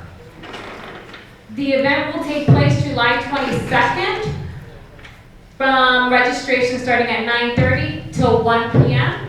Lunch being provided by the Football Unites program. And I need your address for the record. 1418 Northwest 208th Street. You're welcome. Mr. Mayor, there's a flyer that's been printed, and so if anybody wants a flyer, we'll give one to your office. If anybody wants a flyer, just do Randy, or you can get one outside in the lobby way. Thank you. Are there any other public comments? Showing no other public comments. Public comments are closed at this time. We're on ordinances for first reading. 8.1, an ordinance of the City Council of the City of Miami Gardens, Florida, amended Chapter 16, Article 3, Section 16-57, entitled Maintenance of Property, Buildings, Structures, Walls, Fences, Signs, Pavements, Landscaping, and Drainage Facilities, provided for adoption of legislation, repealing all ordinances of conflict, provide severability clause, provide for included in the code, provide for effective date, and this is sponsored by Councilwoman Shannon Campbell. Councilwoman Campbell? Mr. Mayor, Yes. this ordinance is basically something that's passed. Hello? Can you hear me? All right. This ordinance is something that we had discussions about as it relates to our businesses in the community. We are just trying to ensure that the areas are kept neat, as we have stated in our beautification projects and how we want to keep Miami Gardens beautiful. So we want to continue to do that. And all this is saying is, let's do that and hold our business in the strip malls accountable. And to take it a step further, they will need to post when they are cleaning it, so that when code comes through to do their spot checks, or someone like myself come through, it's somewhere where we can see where it's actually being done. That's basically where I'm at, and I think my colleague wants to make some amendments, so we're gonna have a discussion. Need a motion on that. Motion. Second. Then moved and seconded. Open for discussion. Thank you, Councilwoman, for bringing this item. As you know, it is a huge thing that we teased initially when I started talking about the cleanliness of the city. My folks have said that that's all I was interested in doing. But one of the things that I do know is that the whole these plans. And so for us as a city, our city manager is supposed to put us on pace for this great development that's coming in at 35 acres. And so cleanliness has to be a hallmark of that, the success of that event. So I just would like to add a couple of things to your resolution. One, I'd like to see that pressure washing all of the sidewalks and windows are equally a part of the facilities. Not only should we have signage of the buildings, but there needs to be traffic signs that are on these in the shopping areas, so that vehicles that are turning off of the busy highway will know that they need to stop once they get in, because the signage is knocked down and the road is never replaced. So we need to ensure that the code is being enforced for that as well. And in addition to that, is there are stores and buildings that have no lighting at all in the parking lot. 207th Street is one of them. You can't see. And so the lighting in the parking lots, according to the ordinances, they need to be enforced. Particularly during winter months when it gets darker earlier. We have a lot of people who are getting off from work, doing shopping, but it is a dangerous proposition walking to your car because you just can't see. So the lighting, the pressure washing, and appropriate traffic signs on these properties needs to be enforced. If I may add that in. Madam Vice Mayor, I would say I appreciate your amendments that you add, but this particular item is more focused on the cleanliness, our pressure cleaning, our component, I can agree with, but as far as the lighting and those other things, I think that should be another ordinance that, or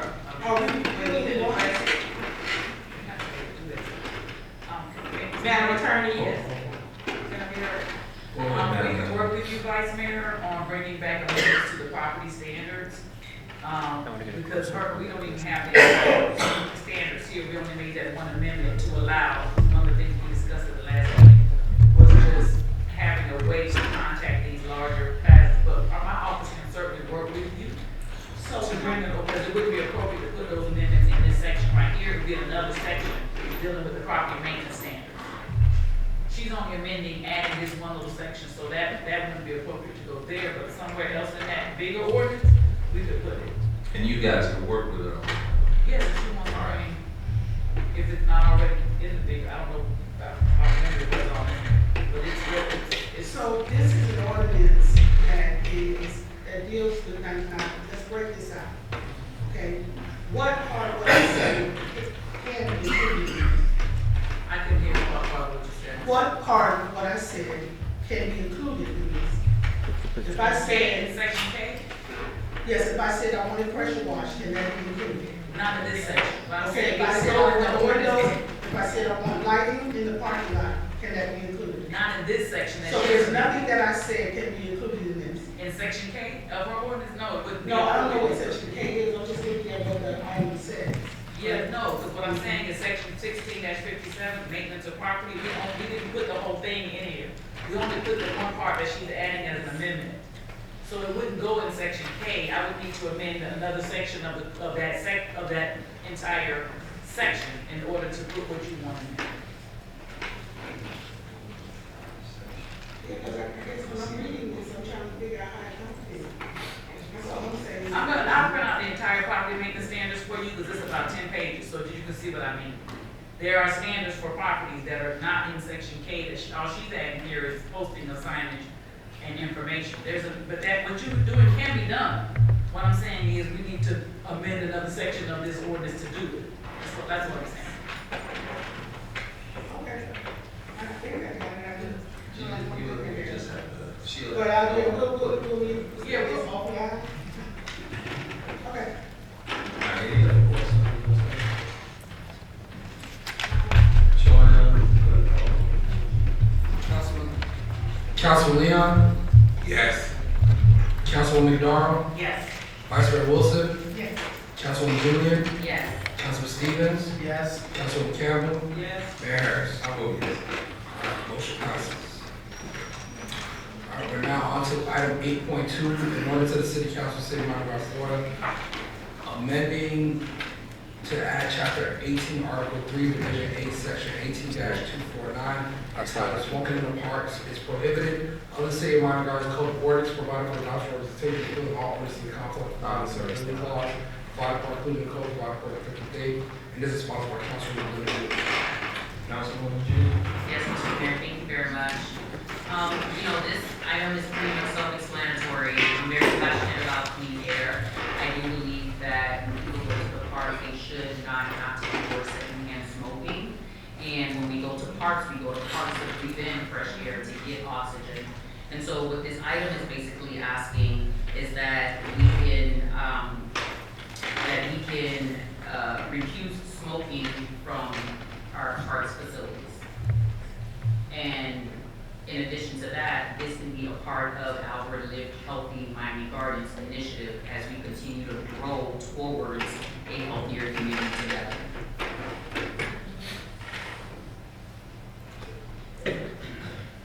Motion on the side. Motion. Been moved and seconded. Okay. You first. Okay, Councilwoman Julian, I agree with you with clean air.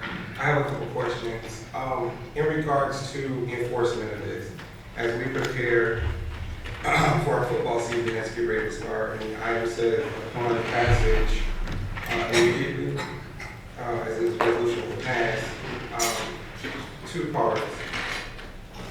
We have thousands of people on our parks during football season. The enforcement part, I'm not looking for a person to have an encounter with a police officer that can potentially give them a record for smoking. And also, when it comes to signage and things like that, to put this up, like the implementation of this, are you willing to delay the implementation so that we can do a community outreach portion so that the community knows that this is getting ready to go into effect? Because we're renting out our parks.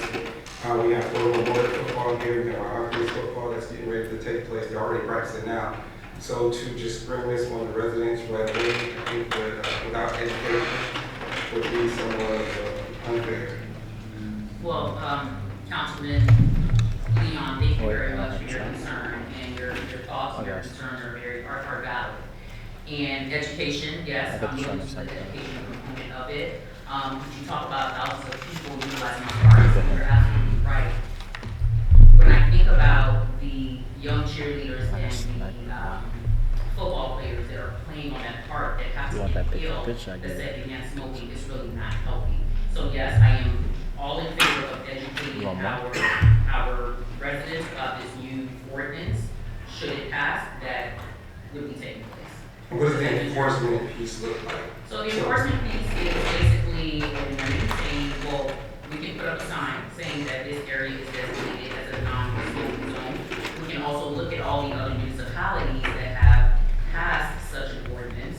And I actually have a list here of all the municipalities in the United States that is going towards a no smoking area. Miami Beach has done it, the city of Miami's done it, West Park has done it. So this is actually nothing new. So I'm willing to look at what the other cities have done in terms of enforcement. I can say that the city of Miami is charging fees for first, second, third offenses. We're not there, and I don't want us to go there. But overall, I think is fair. And we're not saying that. I mean, if they don't want to step outside and smoke, that's fine. But where the kids are running, or where people are, enjoying some quality time with their family, I think that we gotta meet folks halfway. No, correct. I totally agree with you. But my point is to the fact that who's going to enforce this? Code enforcement is the police officer, and now we have those kids' parents are the ones that probably would be at the park that would be smoking with these kids. So we want to make sure that we are, again, not putting them in a position where now they have this encounter, they can potentially get a record. So I just want to get a better understanding on the rollout and how, what will the fine be? Is there a process? Who's going to administer the fine? Is it code enforcement, the PD? So nowhere in my conversation did I make any mention of a fine. I talked about the city of Miami beach enforcement line. We won't be enforcing fines here, but simply saying, hey, can you step aside and not smoke here because this is a recreating, I think a role warning is fair. So that's what's going in the ordinance, or? Just so we're clear, the ordinance does have penalty provisions. That's what I thought. It will be a policy decision how we go about enforcing it, but every code enforcement violation, or every violation of the code does have a penalty part of it. But it's policy as far as how, we actually, how far we take it in the city of Miami Gardens. It is, So that's something that we can sit down and have a conversation about, how we enforce it, you want to know what the penalties would be? Yeah, because it clearly said penalties in the ordinance, that's what I was asking you. What are the penalties, or if they're not, can we, I guess, just come back for a second reading, or is it?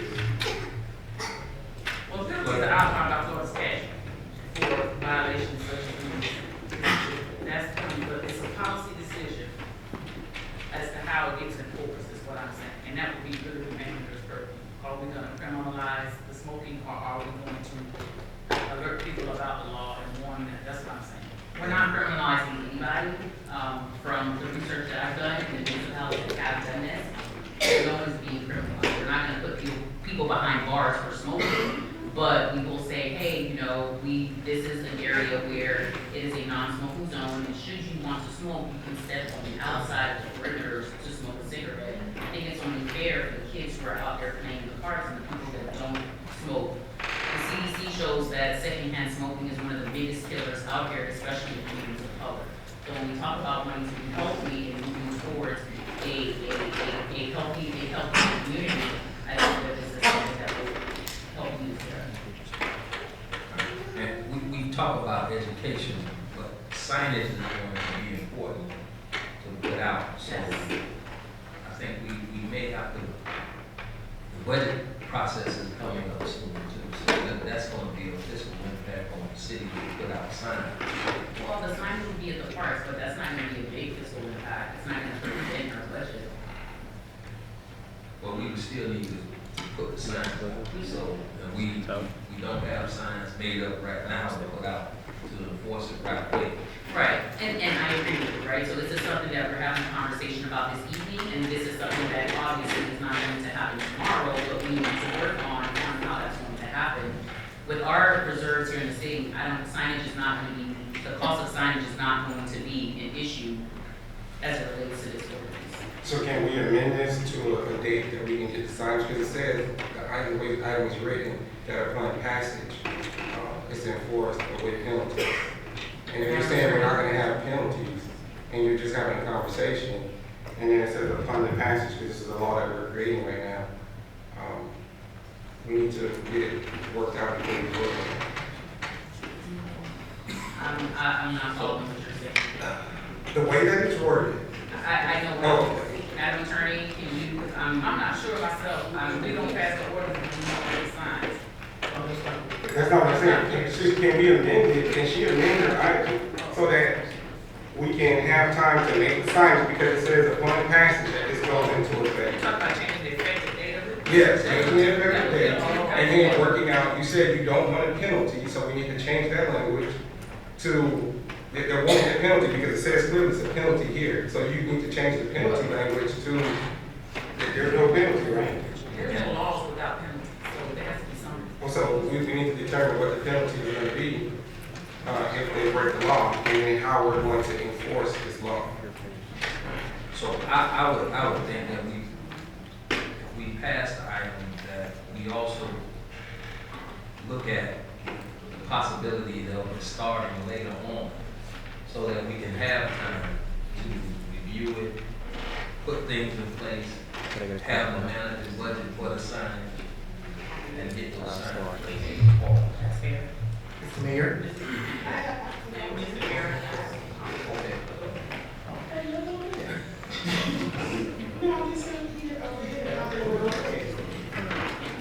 Public comments before.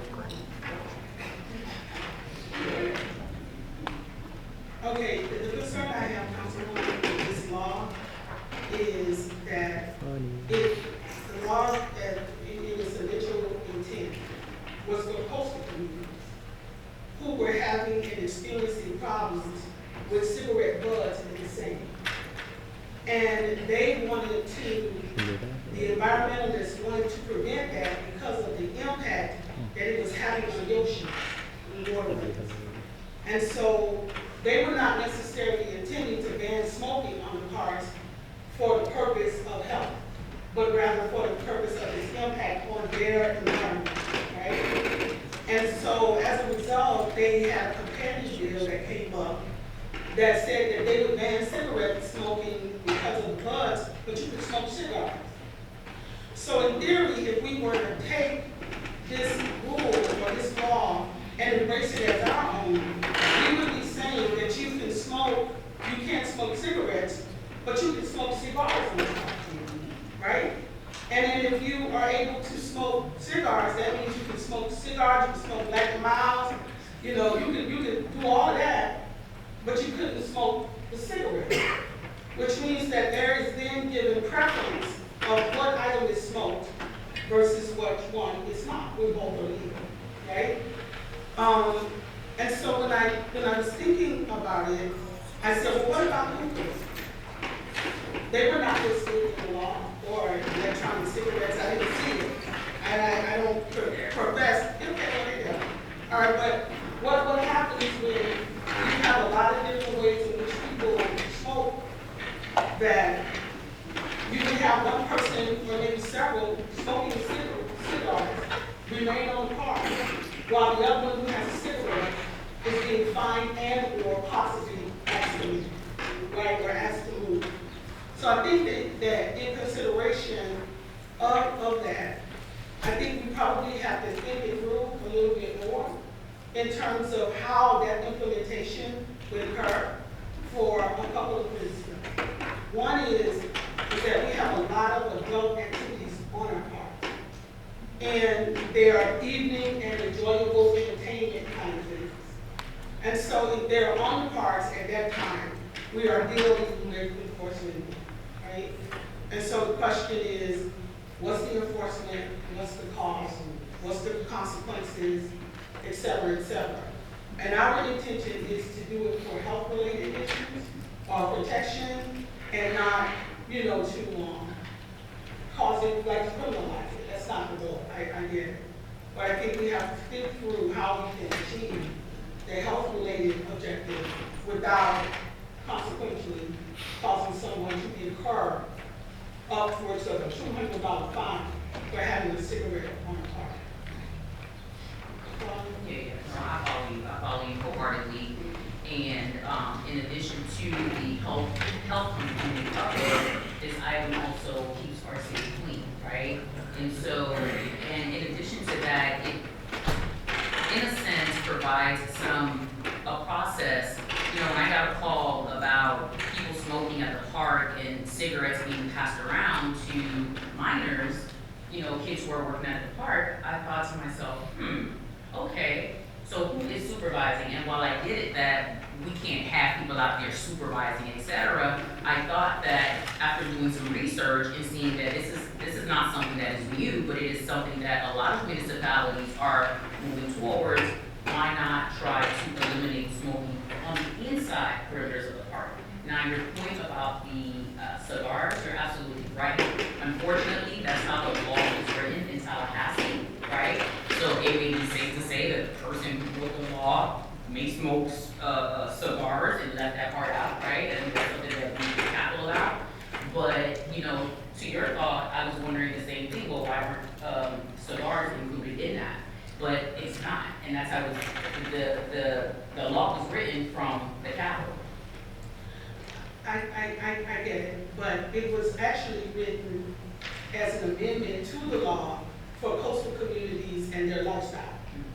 And I think that for us, we have to also be concerned about our residents and our lifestyle, and what is overall conducive for the way in which we operate as a community, and how we can ensure that the impact of the ordinance doesn't have an adverse effect, but it has a positive effect. And I think, as everyone is saying, notification, education, and all of that kind of stuff becomes important to how we move forward.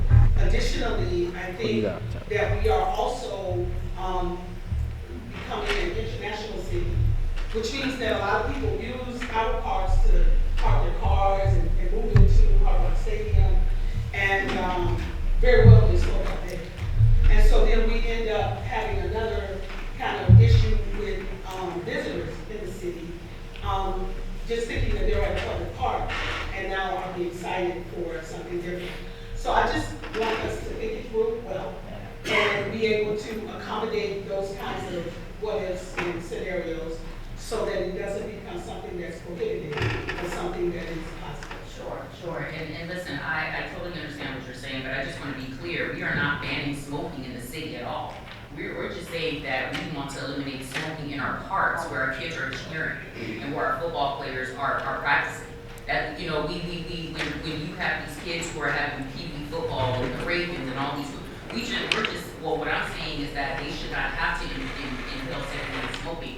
And if we're out with our families, you know, for those of us who aren't smoking fanatics, you know, we want to be able to breathe the clean air of a park. Now, you go to Hard Rock Stadium or anything, you can smoke away, you can do what you want, but, you know, we can only control what we have here in our city. That's all I'm asking. Yeah, what I meant by that is that a lot of visitors that come in, they use our parks as a park. And so when they come on our grounds, the park, and wait around and get rides and shuttles from our parks into other venues, then suddenly they could be smoking. And then our officers and outside officers are in charge with the obligation of enforcing that ordinance. And so sometimes we have concurrent events, you know, where we have a lot of things going on in the city. Some of them are city sponsored and some of them are not. But the ordinance is what it is, and so the issue is how do we accommodate that in such a way, and whether or not, how much of an issue is smoking on our park. You know, are we taking up something that really is a factor and a prohibitive factor in our community? I don't have the answers to it, but those are the questions that come to mind that I think should answer. So, Councilwoman, would you consider all of us, I'm not against the item, but can we sit down and just discuss what the penalties will be as well as the signage and maybe bring the item back?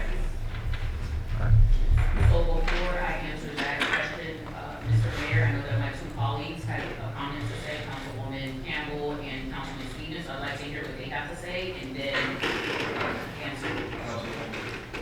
Mr. Mayor, a lot of things have already been said, but as I read the item, I realized it mentioned something about HB 105. I guess that's the new law or something. I'm not really familiar with it, I'm being honest. It mentioned about unfiltered and filtered. I'm not a smoker. I don't know the difference. So I need clarity on if they're not banning unfiltered, then what is an unfiltered smoking item? I don't know what that is, because if that bill is allowing it, so I'm just thinking, why should we ban it? What is an unfiltered? I don't know. Does someone answer that for me? Yes, I can. So unfiltered versus filtered. So the unfiltered is what they would consider cigarettes, vaping, electronic cigarettes, hookah, and then filtered is what the legislature considers the cigar. Okay, thank you. Well, that was my only question. Yes, I'm not against the item. I think it's something that's necessary in a sense. But I just want to make sure to a few of my colleagues that has weighed in on this item, that these things actually take place. One being the education piece, of course, because we want to make sure that we educate the community on the law that we will implement, and then two, if I'm not mistaken, Councilwoman Julian, the item is not banning smoking as a whole from the property. It's just a portion that is zoned. So, i.e. playgrounds, football fields, the areas in which activity would be taking place is what's zoned. Am I correct? Well, so, no. So you can smoke,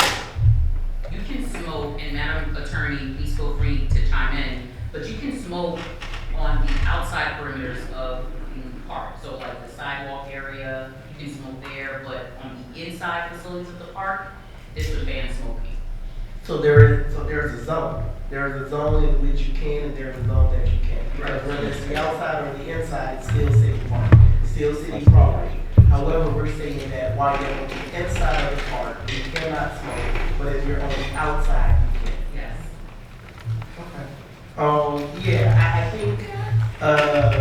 I think what is necessary is to outline the penalties of it, so that we can make sure that we're all, we are tailoring this ordinance to the concerns of our community. So outlining the penalties is necessary, and to Councilman Leon's request of making an amendment to, instead of changing the language so that it's not effective until the education piece, or giving us a timeline, or giving staff rather, a timeline to educate the community of the new law. Because the way it's written, it speaks that once we pass it, that it goes into effect, our officers or whomever will start enforcing. But, I don't believe it's fair to enforce something that people are not aware of. So that's the only thing that that's the only thing that I have to say to that. Because of everything that we do comes education, right? So we're creating ordinances, right? We want to educate whether it's the business owners, the residents on what's to take place, right? I don't see anything wrong with that, putting a campaign together or something that we can share with our stakeholders. Madam Attorney, in terms of what my colleagues have requested in terms of the delaying this or coming back to this, how does that all work? You would need to amend your item to, because it's not effective tonight anyway, it's effective on second reading. But what you can do is amend the item to put in a specific date for when it would be effective if it's adopted.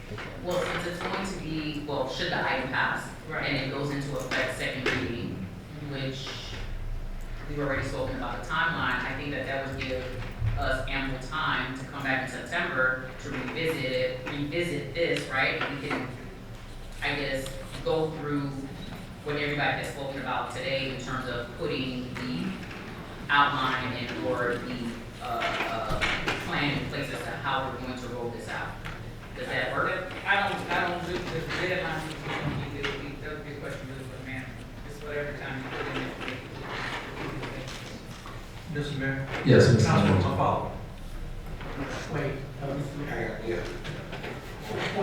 just for clarification, yeah, just want to get clarity. So, if we vote on this item, it's an ordinance, so it's coming back to us on the second reading. However, in the time in between, we can work the amendments that happen and come back to us for the second reading. Is that what we're saying? No, I'm not sure what other amendments there would be other than the effective date, which you could do tonight. That's a simple amendment. When is the effective date? Well, my colleagues mentioned some other. You don't have to penalties yet. I can talk about that. You don't get to change state law and the penalties, but what you can do as a body is you can direct the manager that your policy is that this not be criminalized and that you know it's a long look, so you don't want people arrested for it, but we don't want people to be told not to smoke. That would be a policy decision that you make, and I'm sure you would direct his officers, don't be arresting people. That's, you know what I'm saying? That doesn't have to be, that won't be in the ordinance, but that would be a policy decision that you guys would have. Okay. Well, in that same vein, Mr. Mayor, in that same vein, at what point do we set the policy?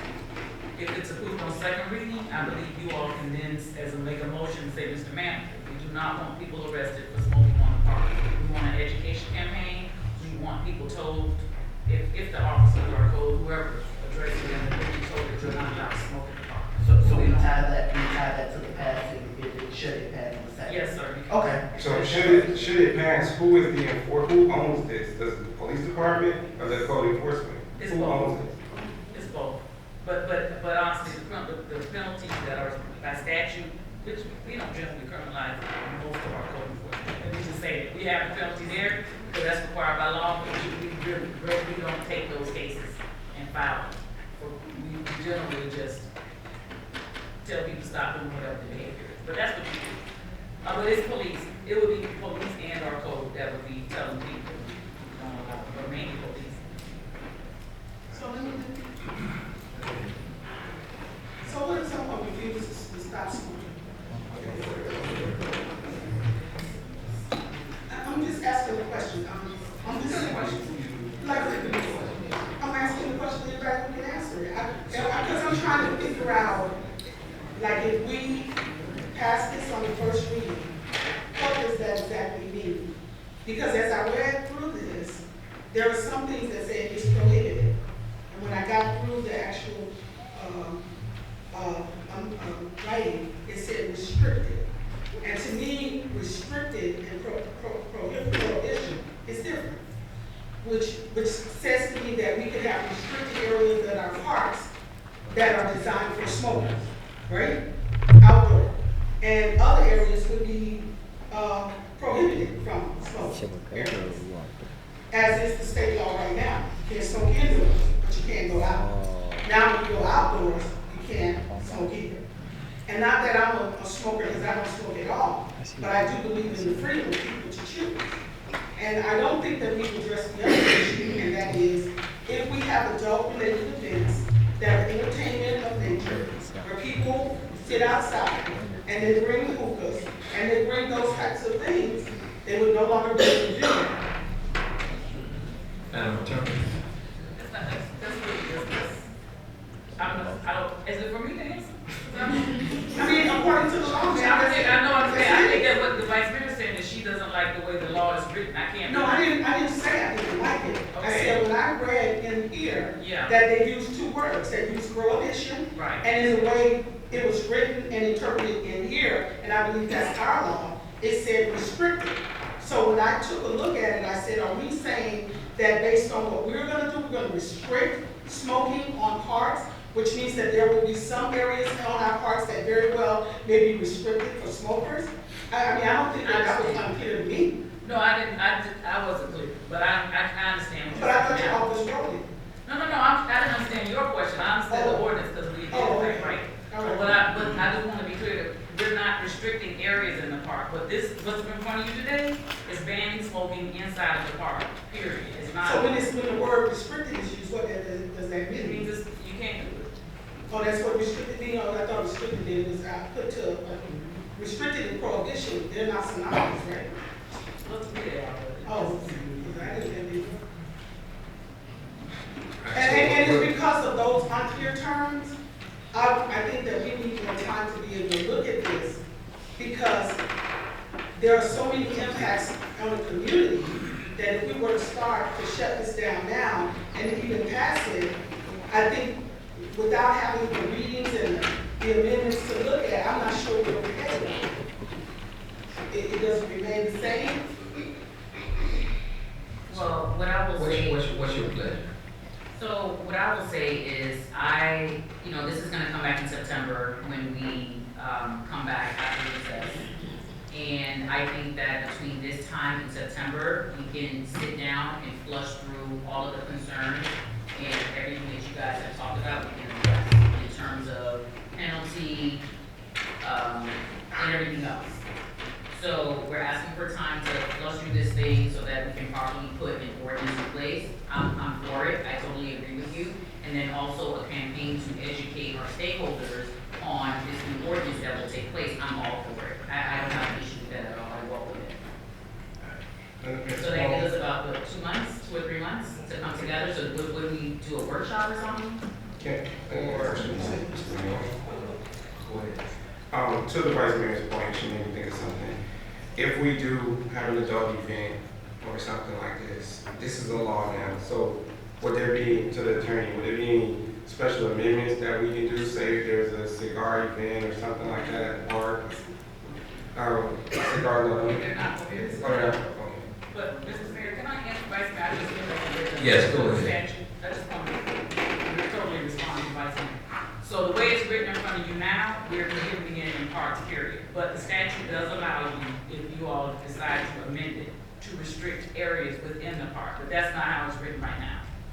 You understand what I'm saying? But I didn't think that this was a law, right, that we had to adopt, that it was our option to adopt this law. So although the state provided for us to exercise the option to ban it on our parks, we can also exercise the option not to ban this. Correct. So what is before us really are two questions. Are we going to ban it or not? And two, the second question is, if we are going to evaluate the merits of banning it, then do we vote on this at first reading, or do we decline and it goes back? I mean, how would that process work? Because it's actually two things that we have to do. No, so if we decline, then that is dead, correct?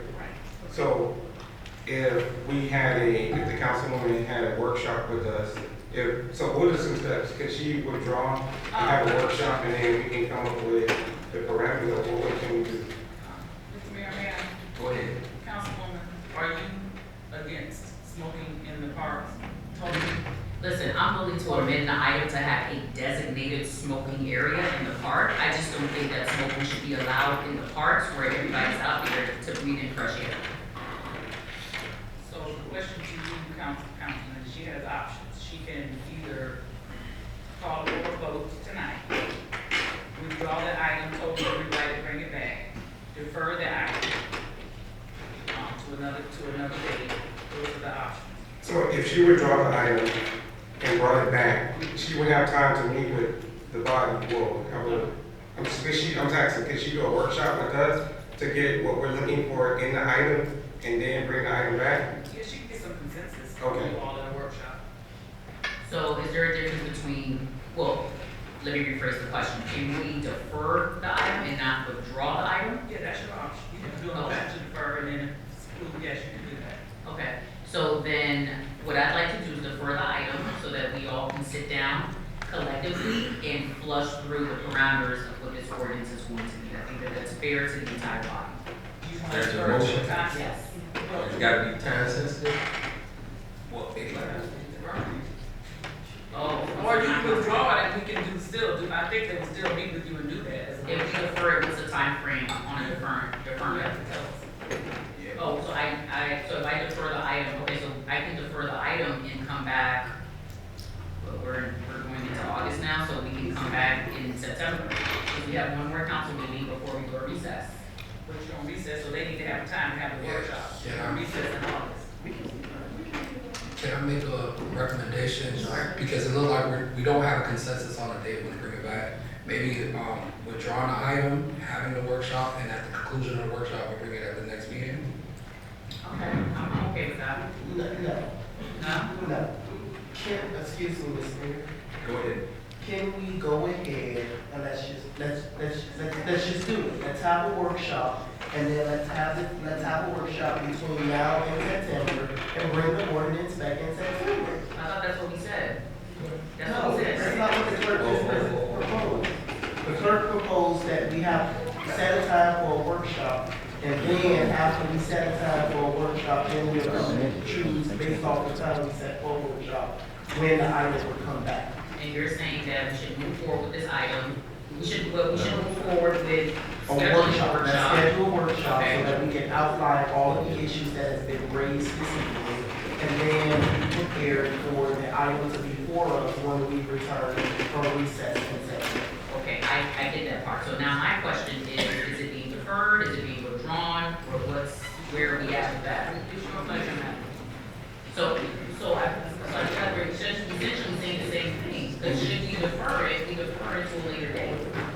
Just withdraw it, and then we'll workshop and come back with a new. If I can assist, Mr. Mayor, Yes. the clerk is suggesting that you withdraw it because you know that when you workshop it, you may have amendments to it anyway, which means that it's gonna have to change.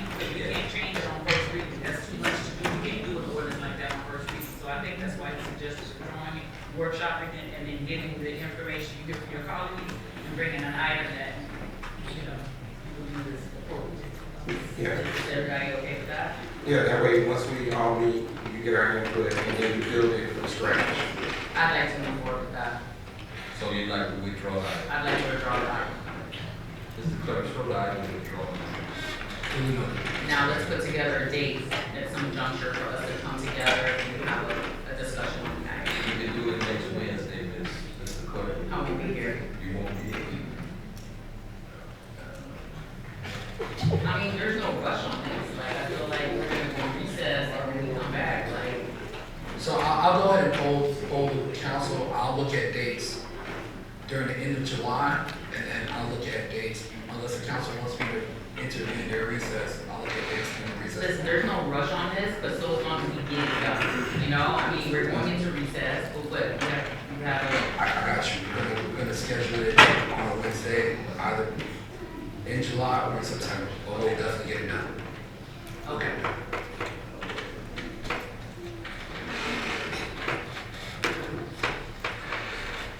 So where are we at? All right, so it's withdrawn. It's withdrawn. All right. There are no ordinances on for second reading.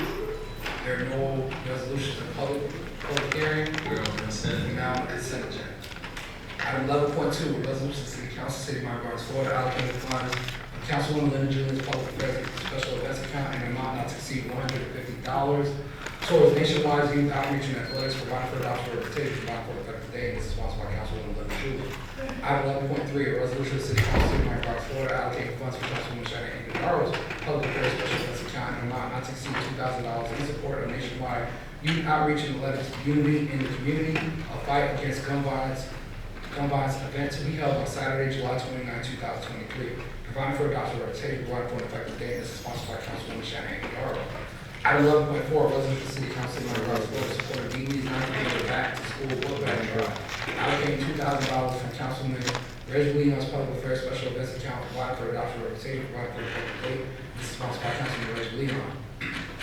Item 11.5, a resolution to City Council, City of Mount Garden, Florida, authorizes the city manager to rely upon Manatee County School District Contract of Agreement number 21-0053MR to issue purchase orders in an amount not to exceed $505,104 to Bliss Products Inc. for playground and fitness equipment for Brentwood Park, provide for adoption or rotation, provide for an effective date. This is sponsored by the city manager. Item 11.6, a resolution of City Council, City of Mount Garden, Florida, authorizes sixth renewal of invitation to bid ITB number 13-14-039 for vending machine services revenue sharing to MH Management Inc., providing for adoption or rotation, providing for an effective date. And this is sponsored by the city manager, and that is your consent agenda. I need a motion on the consent agenda. Motion. Been moved and seconded. All in favor signify by saying aye. Aye. Any opposition? Showing none, show the consent agenda pass. Excuse me, Mr. Mayor. Yes. Councilwoman Campbell, would you like to register a vote for consent agenda? Yes. Thank you. Show the consent agenda pass. All right, there are no resolutions, there are no quasi-judicial joint Jenny's disclosure. We're now on to reports of the city manager, city attorney, city. Mr. Manager. Mr. Mayor, Vice Mayor, Council members, I have two announcements to make. Go ahead, Manager. Just want to announce on Tuesday, July 25th, 2023 at 2:30, we will be having the groundbreaking ceremony for Brentwood. Again, that's Tuesday, July 25th at 2:30. And then there's been a change to the Dr. Lester Brown Park ribbon cutting. It'll be Thursday, July 27th, and that ribbon cutting will be at 6 p.m. These announcements will be going out this evening, but I just wanted to give you an update on that. That's it for me. Thank you. Madam Attorney. No report, Mayor. Mr. Clerk. No report. Mr. Stevens. Very briefly, I just want to, a few things first. I want to commend the city manager on his presentation this evening regarding economic development and all of the projects that's taking place. I so look forward to each project happening in the city. I'm sure you all are going to do a great job with executing it. And then the chief and Sergeant Genty and the entire community action team, that was just impeccable to see the investment into the young people and preparing them for the future. So thank you all so very much for that as well. And Councilwoman Julian for investing into our young people through by way of the Haitian essay contest. Whenever we're ensuring that the skill sets are in place for the next generation and encouraging it by way of awarding them scholarship dollars does my heart well, so thank you for that as well. By the way, July 27th is my birthday, so changing the time to 6 p.m. I just expect a celebration. On Saturday, July 21st. That's right, Mr. Cole's birthday is on the 27th as well. On Saturday, July 15th, this Saturday, I'll be partnering with Divya Dreams and collaborate to present our Dream STEM Fest at the Hard Rock Stadium. Grades K through 12 is welcome to come out and participate. This is a free event. Check-in begins at 9:30 a.m. and the event will start at 10 a.m. We are we're there. It's a lot of students that's coming throughout the Miami Gardens community. So if you haven't registered, please notify us ASAP so that we can get a head count. But we're looking forward to to empowering our young people on Saturday. They're going to experience over 20 STEM activities and leave with 5 major takeaways of projects that they'll be working on. On Saturday and Sunday, July 22nd and 23rd, we'll be hosting a book fair at Bunch Park. This event will take place at 11 a.m. both days and end at 5 p.m. I encourage you to come out and participate. Local authors and writers, all published and non-published writers will have their books on display right here from our community. So please come out and support and be a part and spread the word. On Sunday, July 30th, I'll be partnering with Representative Felicia Robinson in the Advancing of Sickle Cell Advocacy Project to host the ASAP Day 1-year anniversary awareness celebration at Buccaneer Park, and this event will begin at 2 p.m. Last but certainly not least, the first information session will be held on Monday, July 17th. This information session is for the City University Partnership. So if you are interested in taking advantage of the programs as far as taking classes at Miami-Dade College for the Memorial St. Thomas University out of our community centers, I encourage you to come and be a part of this information session.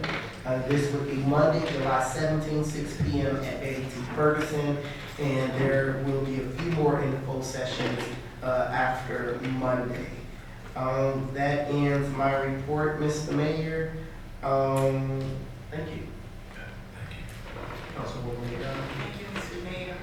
Just as a man, I would like to commend Ms. Andre and Mr. Andre, an amazing power couple. A couple that I've seen really work and grow over the last 10+ years. And I'm excited to partner with the Mabuno Project. And I want to commend you, Ms. Andre, for making the fight against human trafficking your life's work. God bless you.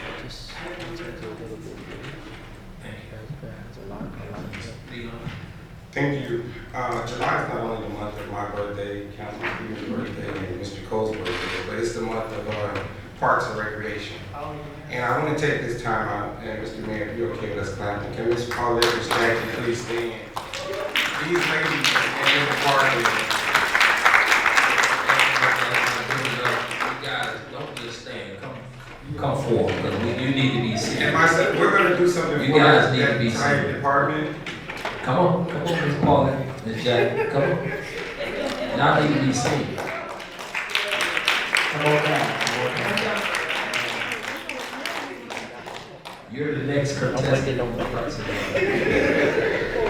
So these ladies, you just in their department, take these visions that we come up with, and some of them are far-fetched ideas that we have, and they help execute without any attitude, and they totally jump all the way in along with themselves and their department. And let's just give them a hand. A standing ovation for the work that they do for us in the city.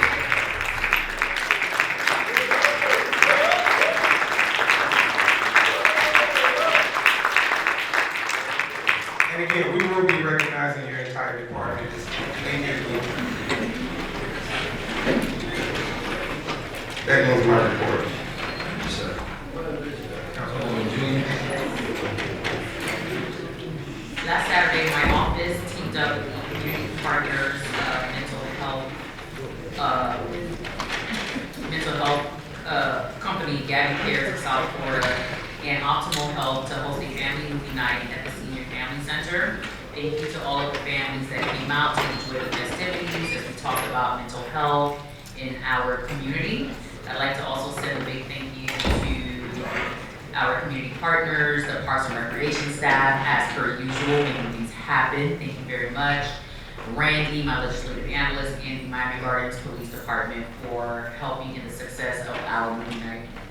And then it is that time for our quarterly cleanup, guys. On July 29th, I'll be hosting my quarterly cleanup at Vista Verde Park, beginning at 8 a.m. Bringing government to the people is the theme that I am promoting. This will be a time of service and a time to meet those that serve you. Oftentimes, constituents do not know who represent them on various levels of government. I have teamed up with our beloved Chairman Oliver Gilbert III of the Miami-Dade County Board of Commissioners and Miami-Dade County Judge Marcus Bob Parma. So I think it's time to bring him back home to Miami Gardens. This is an effort to bridge the gap while taking pride in our community and keeping our environment clean. It is my hope that you will join me in helping to keep Miami Gardens beautiful and clean. Parents, bring your children. And on July 22nd, we will be partnering up with Tanya Andre from the Mahuno Project, who is a fierce leader as it relates to human trafficking. And I'm happy to have been able to witness the work that you're doing, and your hard work does not go unnoticed. It's being recognized locally, globally, and internationally. So I'm very happy to be a part of what you've created. And I'm just gonna be in the background cheering you on and providing you any kind of support that you may need. And that ends my report, Mr. Mayor. Thank you. Councilwoman King. Mr. Mayor, first of all, I want to thank all of you that said prayers for my dad, because I was out last council meeting because he had a fall, but he's doing very well. My dad is a soldier, so I thank all of you for your prayers, and I want to thank Lady Shannon Igadora, but he told me to thank you personally for your token of your love and appreciation to him. He did receive it, and he do thank you for that and thinking of him. I also want to thank the council for your support of the ordinance that came before you today as it relates to keeping our community clean. I thank each and every one of you. The next thing I want to bring to your attention was cooking with love. It exceeded my expectation. I didn't know what to expect, to tell you the truth. This is my first time ever doing this, but the residents absolutely loved it. I want to thank the city clerk, the city manager, the deputy clerk, LaShara Boswick, Kevin from the mayor's office. I want to thank the school crossing guards. I wasn't ready for that, but they did a phenomenal job, and thank you. You guys made it do what it do. I want to thank Miami Gardens Police Department. I definitely got to thank the senior center staff. They went above and beyond, and they did an excellent job. It was my first time working with them, and they nailed it. They nailed it.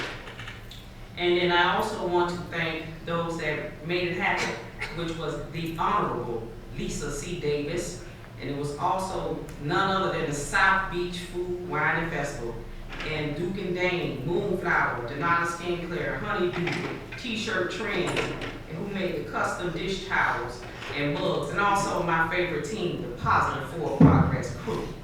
They did that.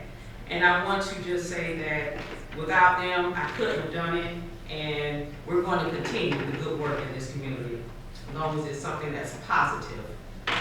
Now, I want to make a mental note and a mention to you today, to the explorers that I saw come in here today. I was glad to see that, because I can remember my son, he was in the first class of Miami Gardens Police Explorers, and it was Chief Nargiso, Assistant Chief Nargiso now, but he was Sergeant Nargiso, and he was the group leader, and that's when I got to learn him and work with him, and he got my son in order, and I love every minute of it. So kudos to what you guys are doing with those young people, because it really helped me raise my son. So I want to tip my hat off for the work that you guys are doing with those explorers, and continue that you're doing your good work, and wherever I can support you, let's talk. Now, I want to close with something I need to read. Those of you know me, I like to read. And I need to read something that I came across as it relates to agenda items that we put together, and we have these meetings and we do it before you as an audience. And it reads as this: any council-sponsored agenda item submitted by the analyst less than 30 calendar days must be accompanied by a draft resolution/ordinance for the city's attorney's review. There will be no additions of council member sponsored items placed on the city council agenda after the city council agenda has been published, unless they are deemed to be an emergency as outlined below. An emergency item may be added to an agenda in accordance with state and local law.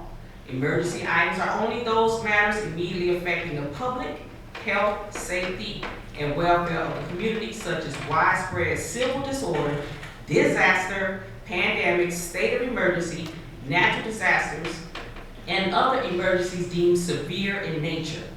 Details for adding an emergency item to the agenda must be announced publicly at the meeting during order of business. And the reason I raised that question and read that clearly, as we sit up here, we pass ordinances, as you saw today. We pass resolutions.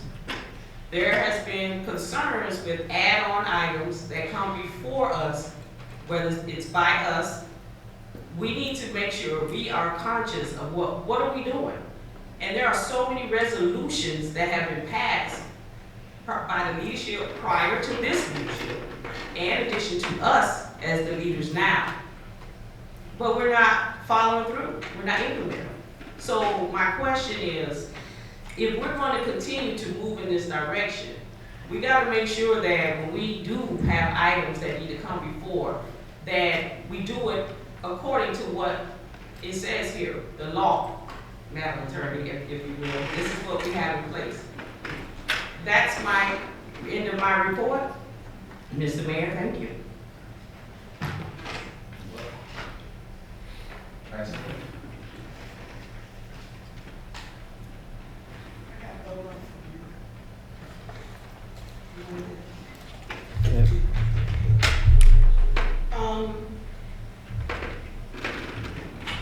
Upcoming events.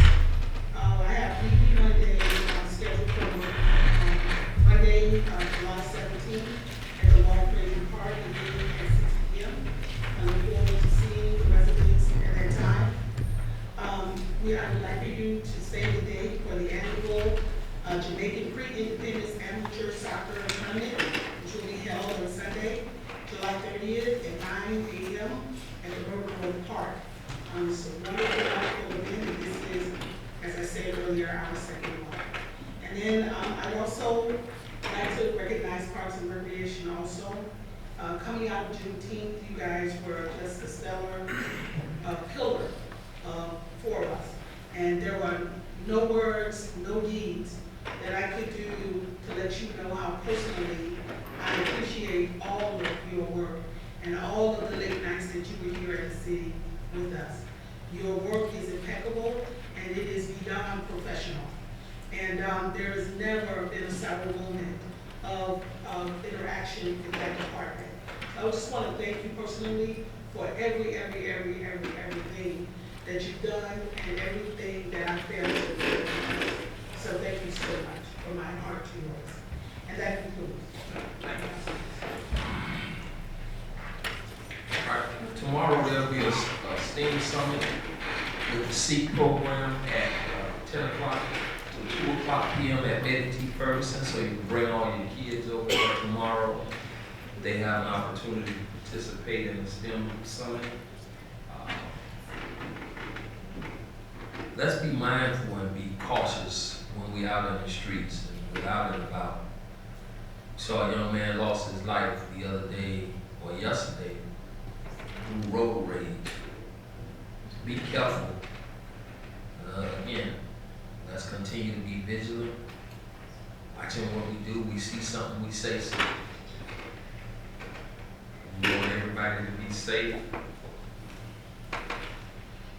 Got a break coming up in August. Let's continue to work hard. Ms. Paulette, you and your staff, Paul, incredible job. We really appreciate you. Mr. Manager, you and your staff, you guys did a presentation that was incredible.